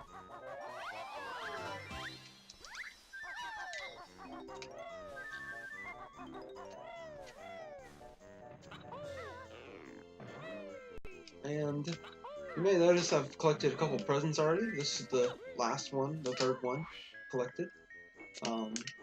You have to take those to Boggy's kids to make them happy. And so, if you remember, there was a Jiggy that spawned up here after we killed some snowmen.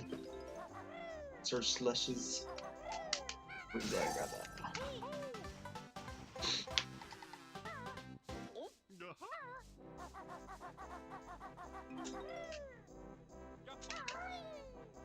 And we're actually going to abuse that big bomb thing once we get kind of a speed boost out of it.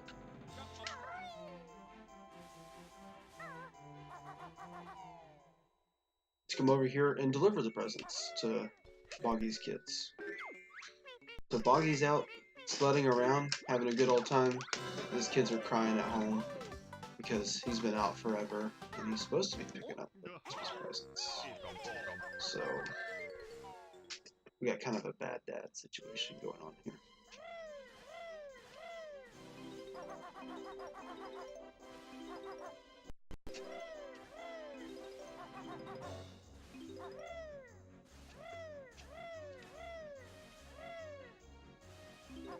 Grab some of these that we have to get. That other snowman's leg will actually complete during this race right here. And we got some of the notes already. We'll grab a health just to be on the safe side there. Couldn't remember how much health I had. We need a certain amount before this race, and you'll see why in a minute. Stay tuned.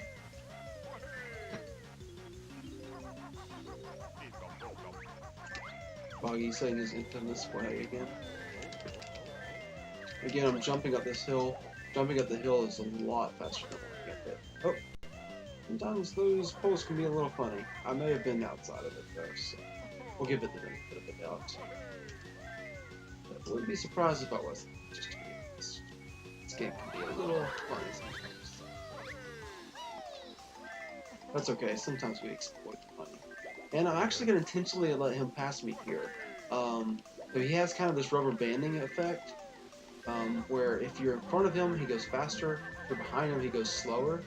And we've used that to where we pass him at the right moment to where he won't speed up too much and actually spoil our racing fun.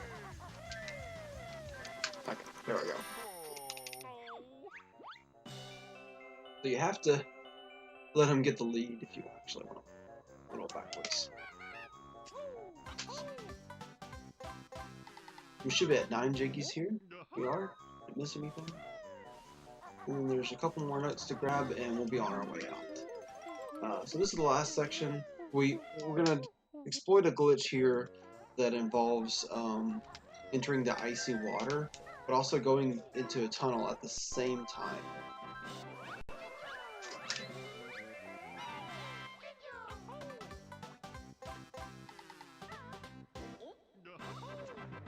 Unfortunately, this long jiggy jig, you're not gonna be able to skip.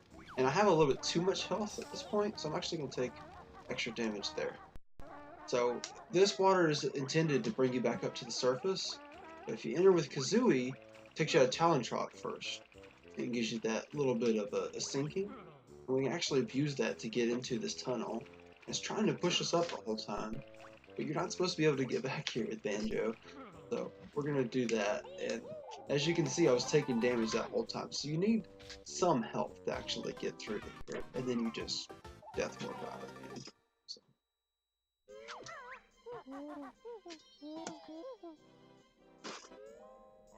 Okay, a little bit of a flying section in the layer coming up now. We grabbed 2 layer jiggies in flight. And you may have noticed the whole time we were at Freezeezy Peak, every world has a witch switch that reveals a layer, a jiggy in the layer.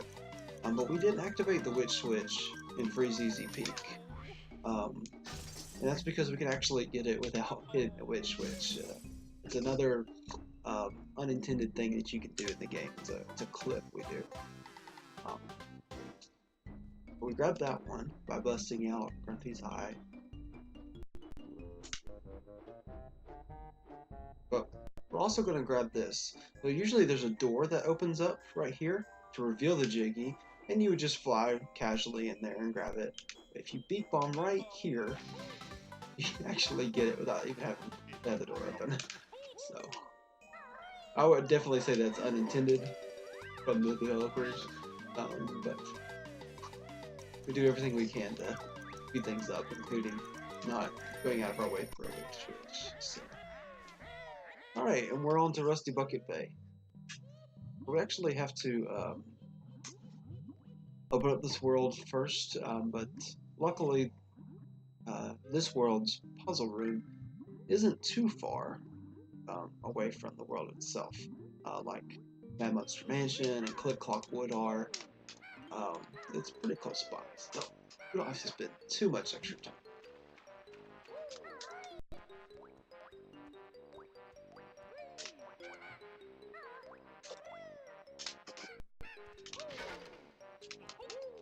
There we go.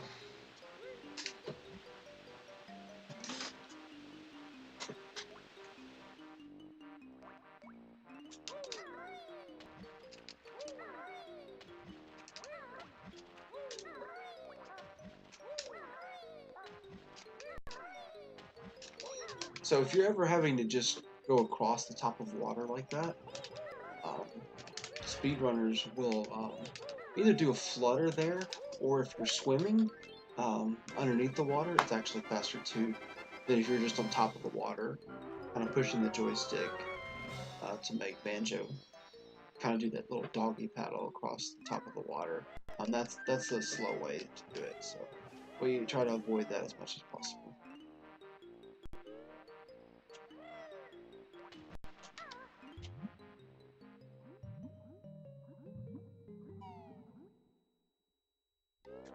Alright, here's Rusty Bucket Bay. So there is one area that can be a little particular, but if you don't do it quite the way it wants you to, you will die and suffer about a minute or maybe more of time loss. So I have the right to be a little bit nervous here. But it's called the engine room, and we actually do some clips. Well, they're not technically clips. Should say that. We abuse the invulnerability that comes from when you get hit. So if you take damage, like in most games, you'll be kind of invincible for a short amount of time, to where it can't just hit you over and over, kind of thing.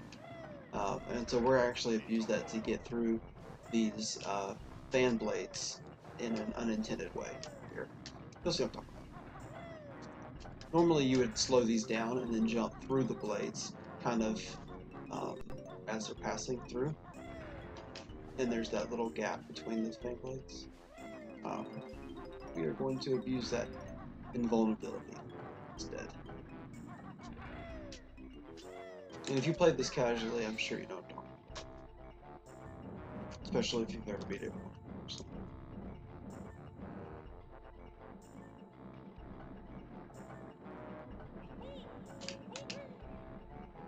So there, using that roll, I was able to easily get through there, because the game lets me be invulnerable. Brief moments.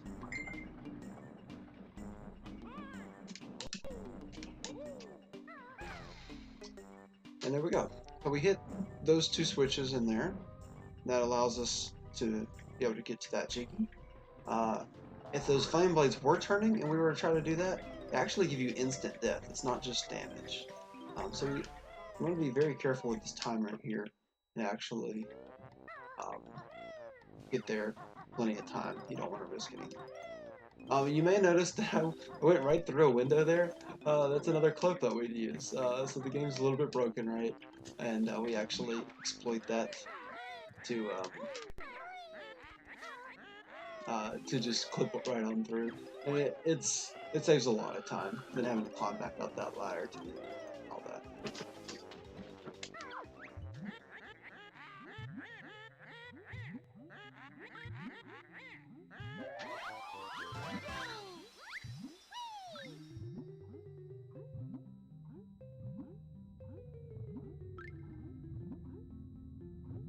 We need to grab this, and we need to be out of here before that timer's gone. Okay, we're good. And we're on to the next section. So you'll see me do some more slope abuse here. Normally you would have to shoot eggs to get over here into a certain thing that has like a toll. But you can see I was able to kind of do some maneuvering to actually get up that. Hitting the right button combos basically is all it amounts to. And memorizing those and get that. And we're able to avoid that slope timer running out, where it's timing how long Banjo's shadow has been on there that we talked about earlier.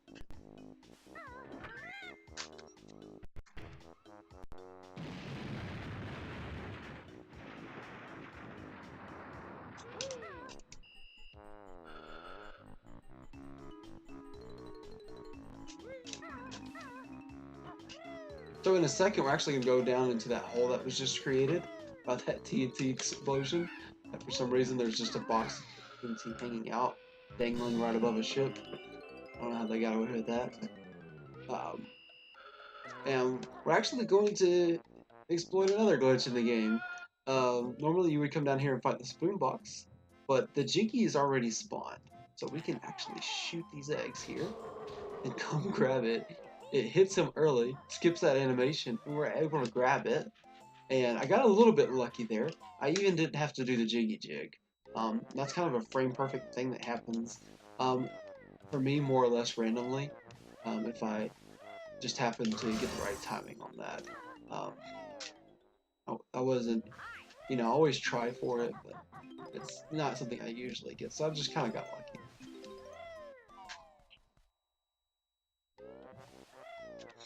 Yeah, and it skips that whole animation cutscene thing where he does that, and if you do that and grab the Jiggy, you won't have to fight him.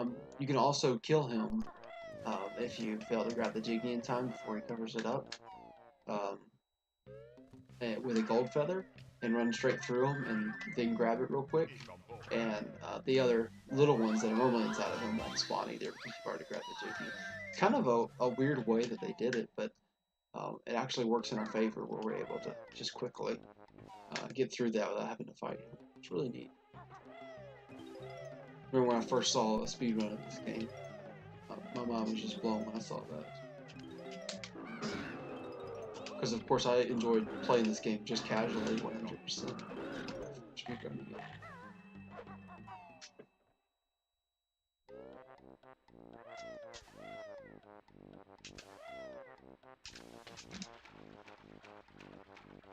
So if you're really careful and do everything just right, you can actually jump across that using the whole slope glitch thing, the slope abuse glitch,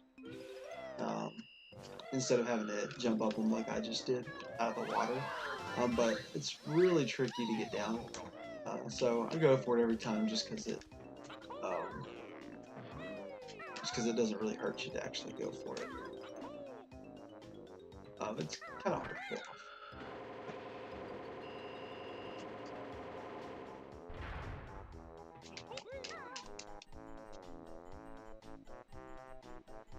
This is a time Jiggy, so you kind of have to move quick here, and then jump basically as soon as you're able to. But I grabbed the Jiggy with nearly 4 seconds left, so there is a little bit of forgiveness there too. You don't have to be completely perfect. And I got that cutscene skip there. If you enter that loading zone before it can give you the cutscene of the page going down, it actually overlapped the two and make you not have to just sit through the whole thing, kind of thing. So it saves a little bit of time. No big deal if you don't get it though.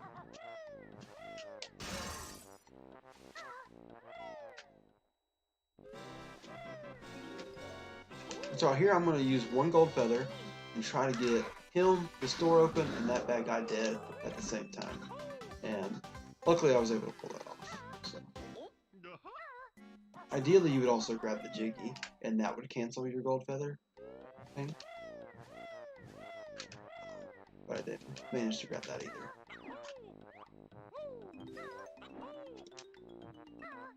But definitely faster than doing the rat-a-tat-rat version of that. We actually peck him Kazooie.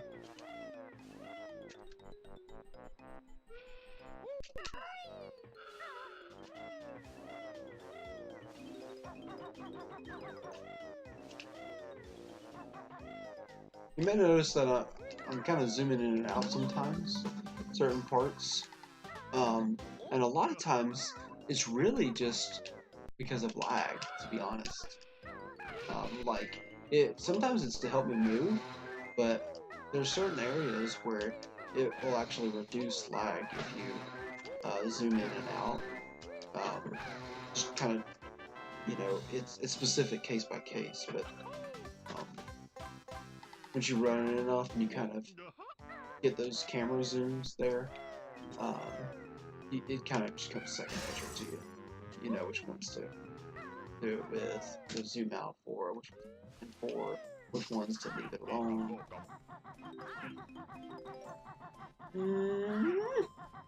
Okay, cool, got through that.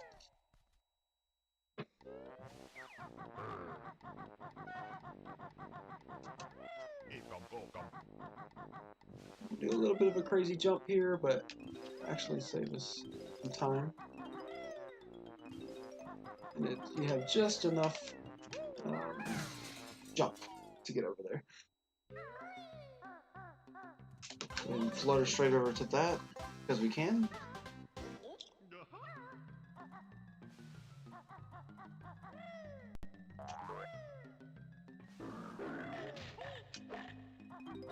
Do a little bit of a damage boost there. If you take damage while in the air, it'll kind of give you like a second jump. So, nice little feature.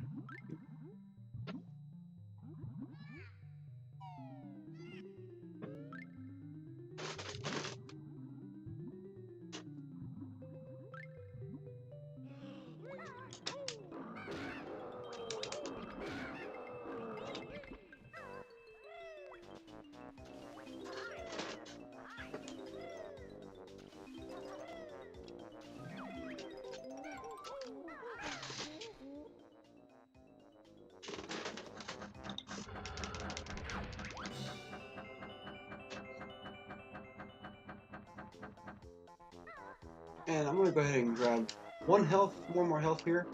We're getting ready to do another death warp. Big surprise. But we have a couple enemies to get past first. So I want to make sure we have plenty.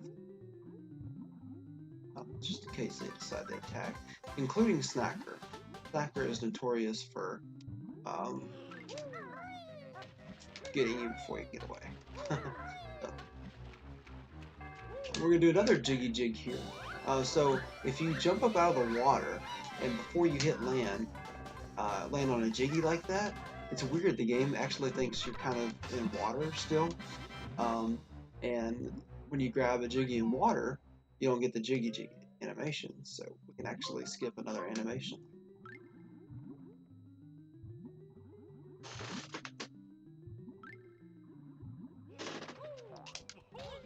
Oops, did not mean to roll there. That's okay.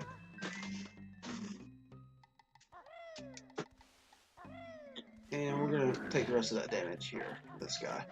Let's be careful with him, he does do 2 damage. But I needed it, so I'm going to hit. And we're going to ground pound here. And it was too high, so it gives us that fall damage. We're going to death warp back to the beginning of the level. Okay, and we're on to the last level of the game. Click Clock Wood, which is my favorite level.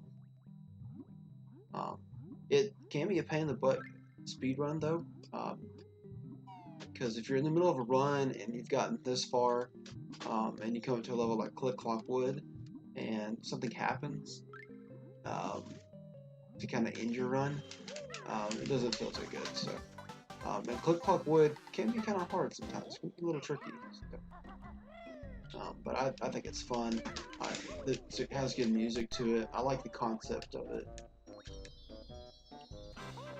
It's all based around a tree too, so.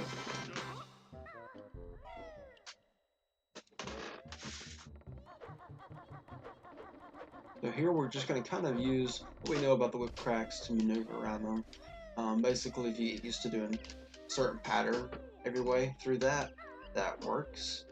You can just copy it. It's not so bad going through those guys. So.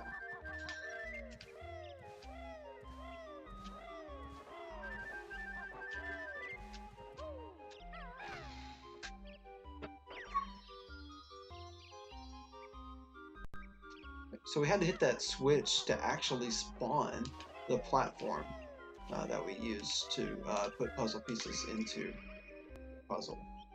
So now that we've done that, we can go to the Click Clock Wood puzzle room. I'm going to grab another gold feather here. It's easy and I need it.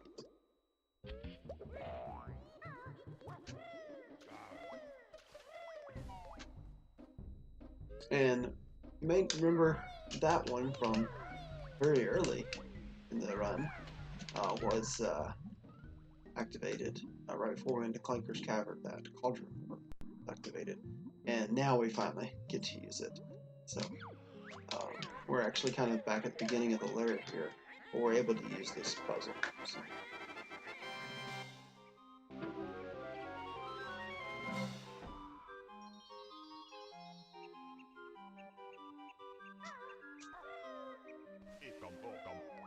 Got that token. This is, for me, a good place to check and see how many Momo tokens I have. I have enough built into the route I use that if I grabbed all of them, I wouldn't use them all. And that's because some of the tokens you can just kind of miss incidentally in this route. And it actually costs a lot of time to try to go back and get them. So instead of doing that, I have extras built in, and then at the very end, worst comes to worst, or I mean, best case scenario, I should say, I actually just don't need to grab some of them. I just intentionally skip them. So we do need to talk to one more Bruntilda before moving on, get some more answers. Bursting boils, it's her favorite pastime. She had a boyfriend, Greasy Grant, and a mad vulture was her pet. Crazy. Those answers are different every time, so we have to check that. Bursting boils, Greasy Grant, and mad vulture.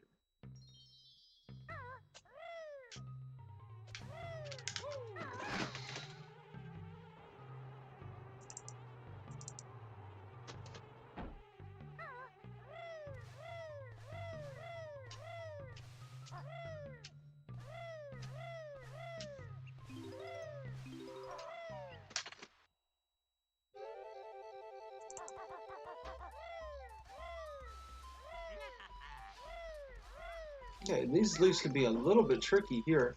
See how small they are? Very hard to land on. But you kind of get used to it, you know, if you do it enough times. And we need them to get up to this platform and do what we gotta do. So.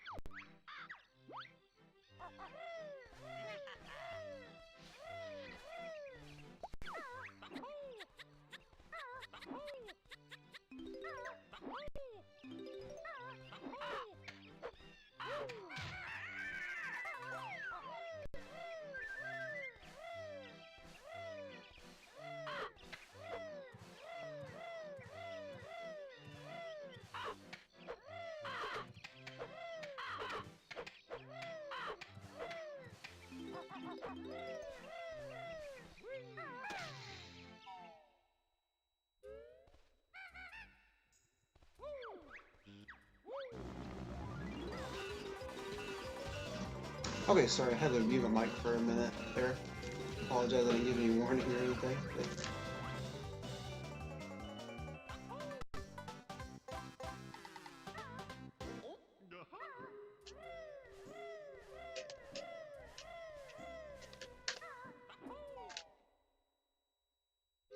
we're actually going to come back down, even though we just climbed up here. We need to hit Gobi. Gobi waters that flower that we created earlier by planting those eggs in the ground. Make it grow a little bit, and then we'll actually do it again in fall. We'll do the exact same thing.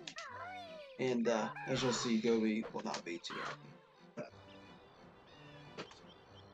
But for some reason, making a flower grow gives you a Jiggy. You do it in yours.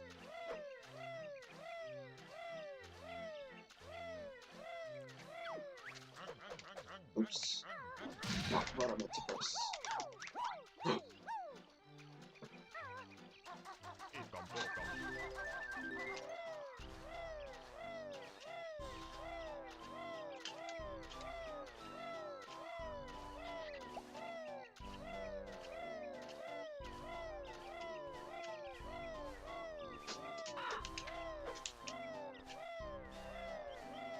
I actually got my camera kind of facing a little crooked there. Again, the lag reduction technique I kind of picked up on for some of the more advanced runners. Anytime you can reduce lag in this game, it's good. Good for your time. It's good to keep the game from eating your inputs. Because unfortunately, that is a part of this game that to deal with. So.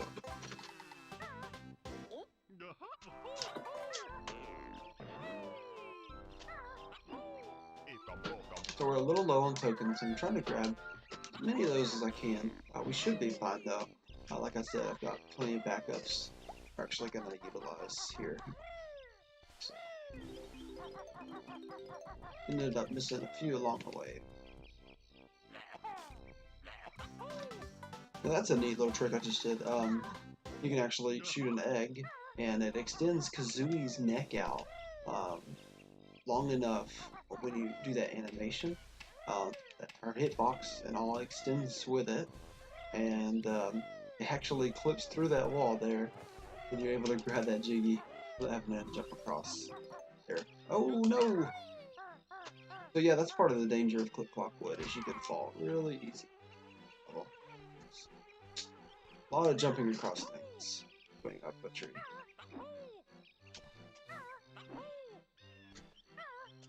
So we'll actually be a little bit slower, fortunately.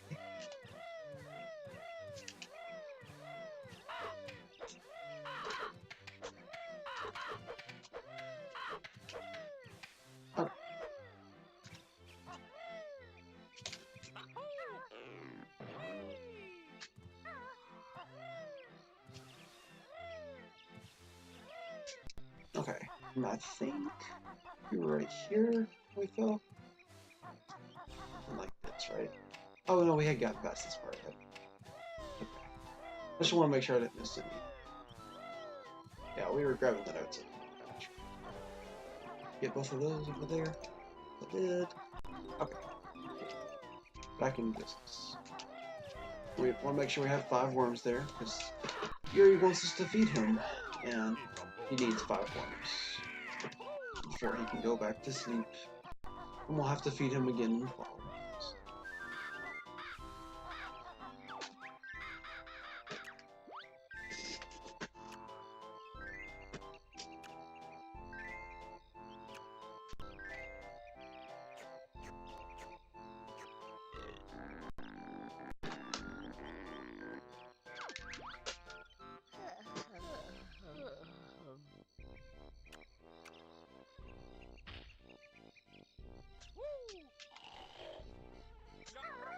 Come down here and grab a worm. We already fed Yuri all the worms in this section, but that worm will actually carry over and we can just use it in fall too. So we get a little bit of an advantage going in fall here. And in fall we have to feed him 10 worms instead of 5. Now that we've got that one extra, we just need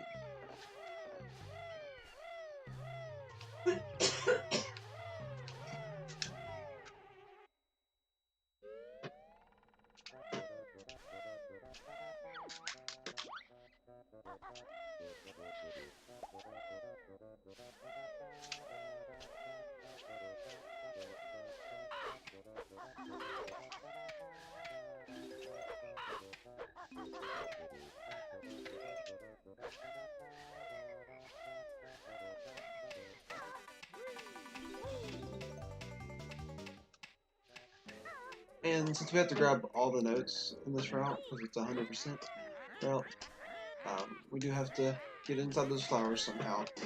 And really the best way to do that is just to use both of them. And we'll have one more flower to get notes out of in this season.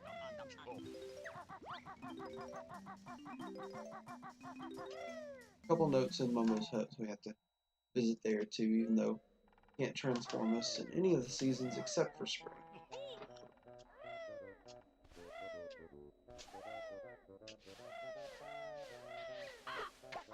So we took that fall earlier, had some damage, but this is a bit of a detour. We get an extra gold feather and 1 more health too, to kind of get our health back up from that fall.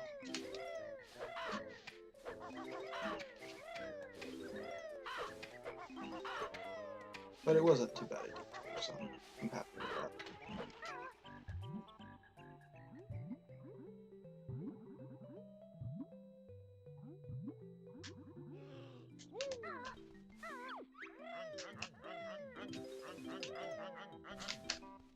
Oh.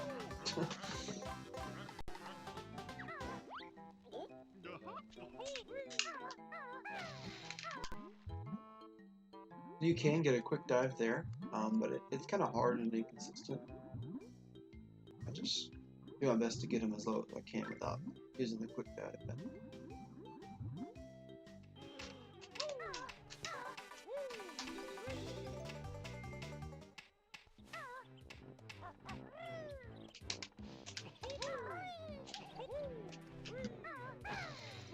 So here we go again. We have to mash Gobi, release this water, make the plant grow yet again. Gobi, since I've had enough of this, I'm going off to the lava world. Turns out to be a fire piece and Banjo-Kazooie.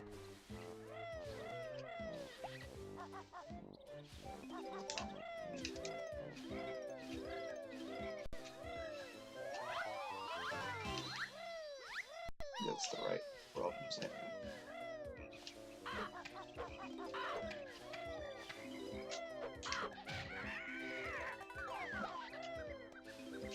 You can skip killing those birds, but it can be a little risky sometimes. Well, sometimes I'll opt to just take a second to kill them.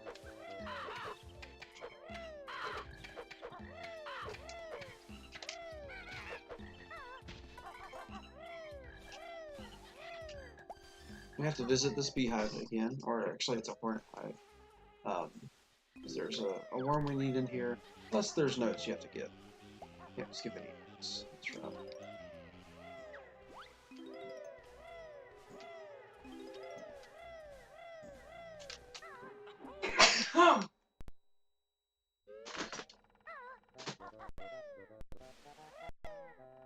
Is my name a reference to Bill Cosby? It is not. So I used the R in there. That's actually my last name. Cosby. Sorry guys, I haven't been doing a good job monitoring chat. I have my setup where I'm able to monitor my own chat pretty easy. I have this little bitty screen where I've been able to squeeze in something else. I've been trying to look at it every now and then. Hope I didn't miss a question or anything. I did see that one though.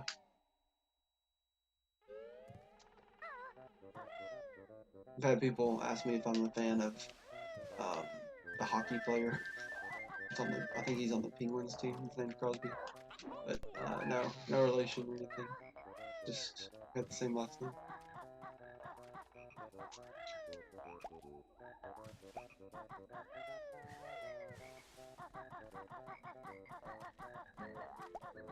Also, Bean Crosby. He sings White Christmas.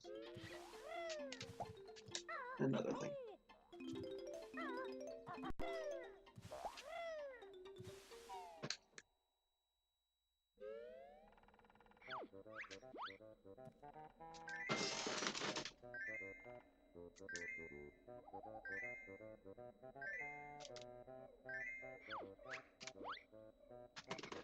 Yeah, Quick Clock Wood's a great level.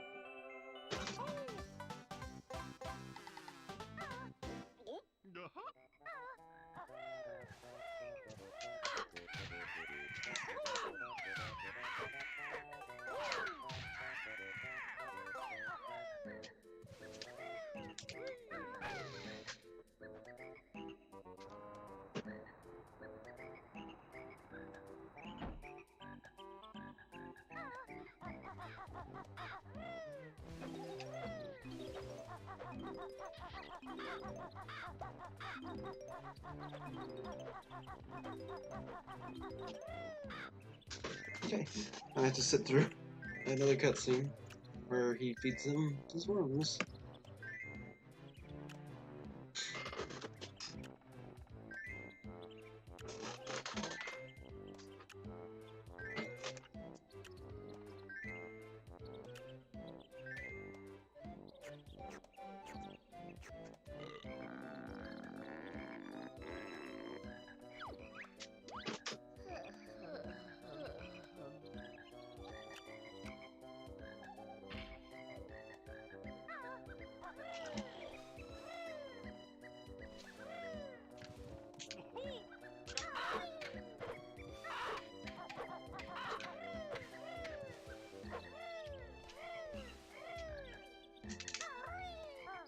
And then we finally get that flower Iggy.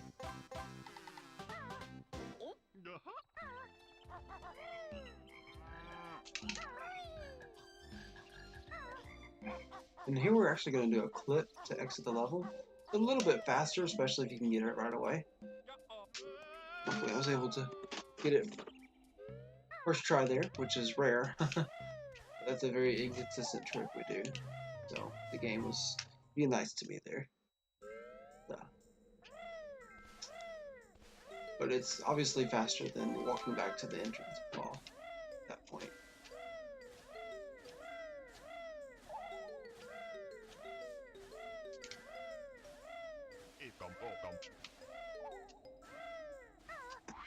And so this is a winter, obviously the final level, or the final season for Click Clock Wood. Final transformation, you could say. And it's kind of tricky. This is not an easy one to run. And I'm already messing up a little bit here.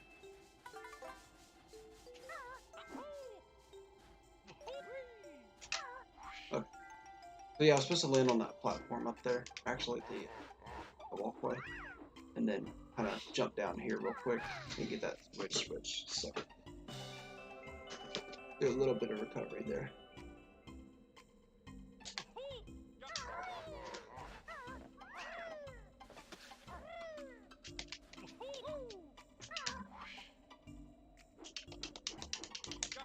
Again, using the beat bomb to kind of give us a little bit of faster way of doing things. Even height advantages, I didn't have to flap nearly as many times as if I had just tried to press a bunch of A presses and flap his wings to get to that point. So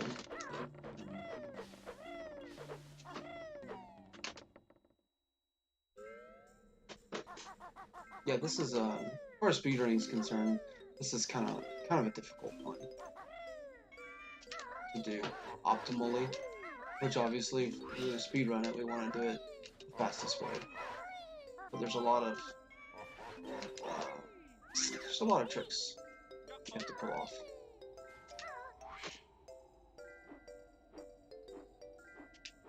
This being one of them, we're actually going to attempt grabbing a Jiggy in flight that not really easy to do. 1, 2, 3, 4, 5, 6, 7, 8, 9. So Irie here is all grown up. We successfully fed him throughout the seasons, and he's ready to take off and fly. Not before he poops out. Nice. Unclean Jiggy foot. Okay, we're able to grab that in flight. That's really good. And then we're gonna grab this one in flight too, right before landing. But again, we get to skip the Jiggy jigs, so that's nice.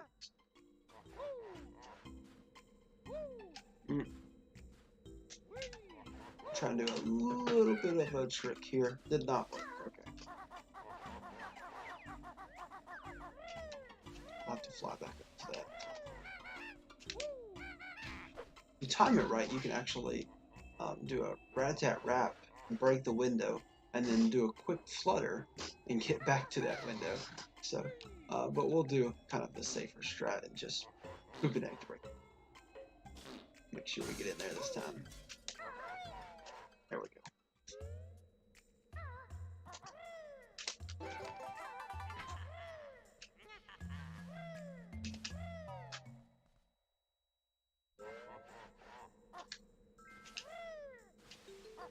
So to be completely transparent with y'all, the way I'm able to monitor chat right now on the QuickFest SpeedFest Twitch page is by using my cell phone, and it's dying. So I apologize, but I may not be able to see that chat much longer.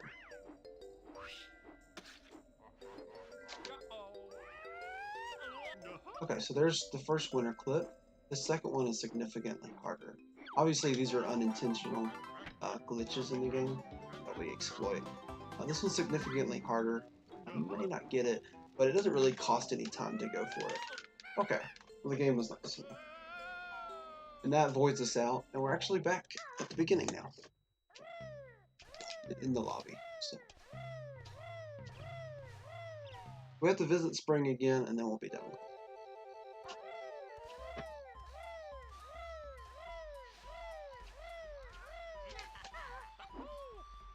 And so you may have noticed, if you're familiar with this game, that I have not visited Mumbo Jumbo yet. And there is a HUD in here, and he transforms you into the bee, because we say that for the very last thing, this level.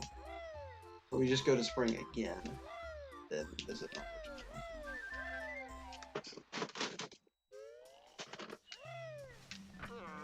And now we have 25 tokens, and we're almost out of Clockwood.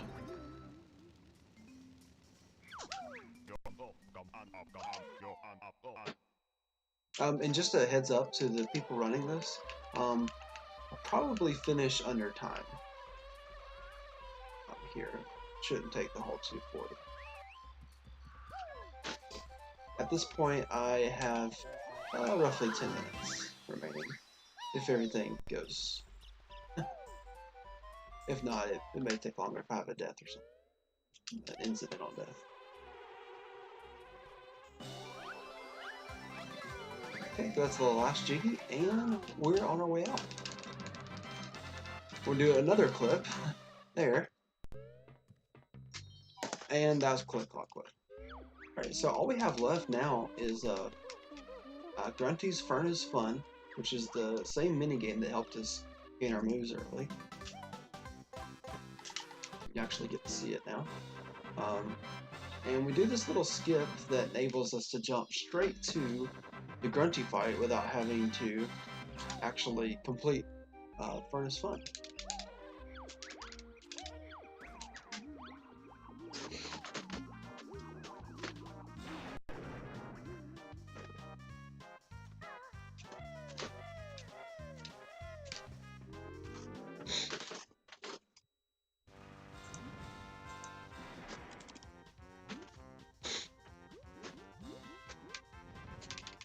And so you'll see what that looks like in a second here.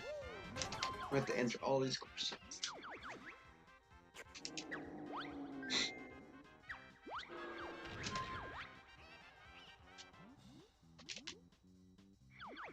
You can press A and B at the same time to make the text move faster, but those picture questions, it'll actually keep them from staying up quite as long. Because they will stay up there quite a long time if you don't do anything to skip them.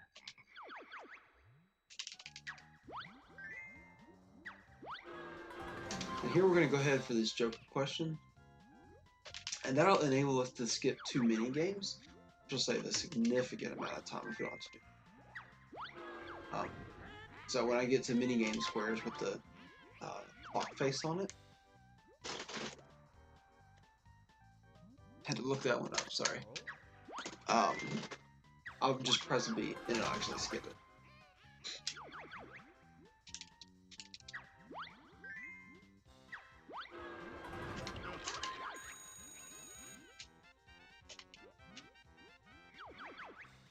That's Rusty Bucket Bay.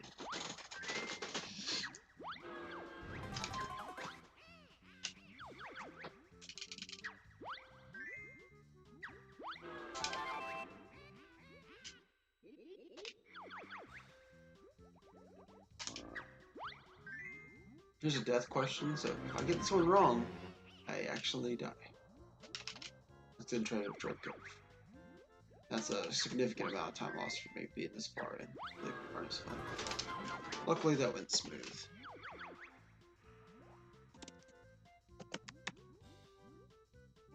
Rancid Milk.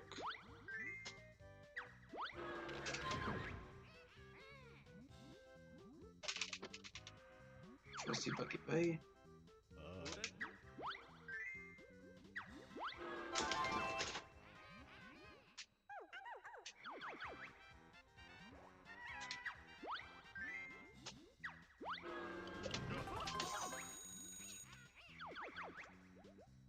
Not even there.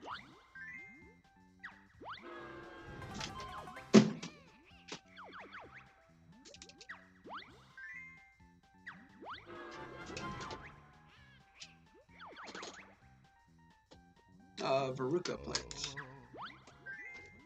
I don't know if I'm even saying that right. Veruca? Veruca? Veruca plant? One Jinky. But we're going to answer this question wrong. This actually causes the game to try to kick us into lava, but it's not perfect. We actually end up landing back on here, and all those invisible walls come down. Let's skip front altogether. Shout out to the guy that found it. Okay.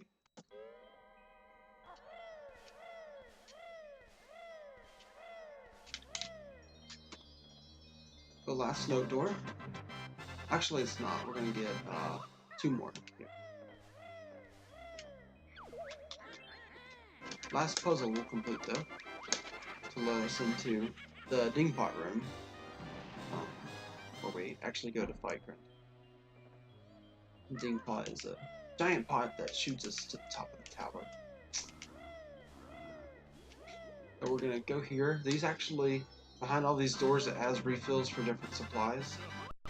So I'm gonna grab the eggs, and just to be a little safe, I'm gonna get some more red feathers too. Here, because there is a flying section of this grunty.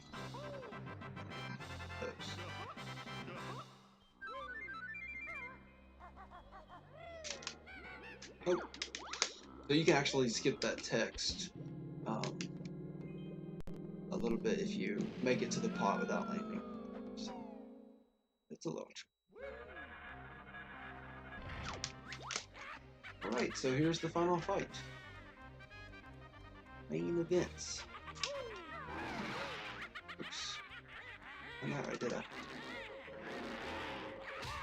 We actually skip an entire section there by just pooping some eggs. It's crazy. So normally you would have to peck her when she's coming back. I thought that would have hit. There we go. And then now we go to this other section. Here is actually this second section.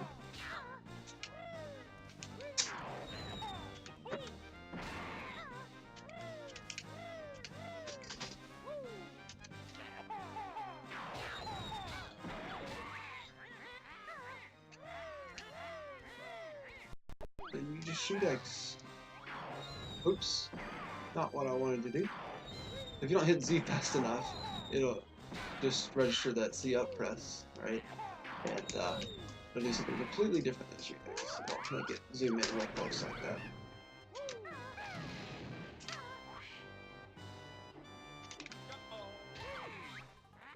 Okay, and now we have to do actually 4 beat bombs in this flying section. That's 2. Here's the 3rd. Oops! I forgot she wasn't going to be done quite as fast, so I went over, a little over to the side. But that's alright. Got this.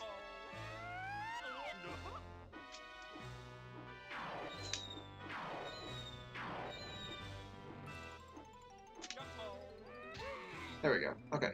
That's the 4th hit, so we're actually going to go down at this point. And we're about to have some Jinjo statues. So I'm going to try for kind of this tricky shot that you can do, where it creates another cutscene overlap. But it's a little inconsistent, so.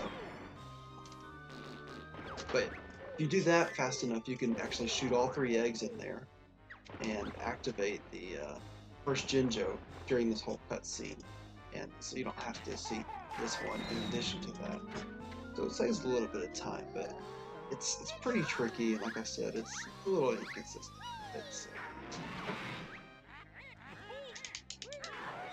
But that doesn't really hurt you to go for it either. So.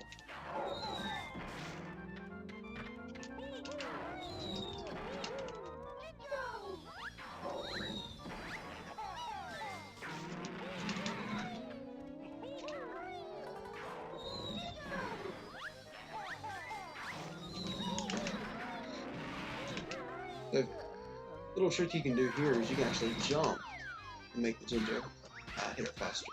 So, jump right there at the end and speeds things up. One trick, if you're just trying to avoid these fireballs, you can literally run in circles here, and um, it does it based on where it thinks you're headed at the time. So if your trajectory is constantly changing, you'll miss every time, unless you end up somehow back at the same trajectory it was. Usually you can run in circles and avoid that pretty easy. Oops.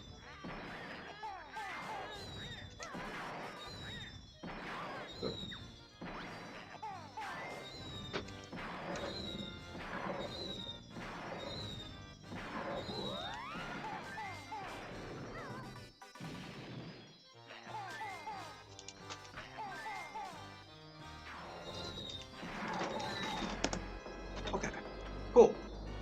So that's the end of the run. By my timer, it was a 2:28:11. I'm not sure what it showed up on there.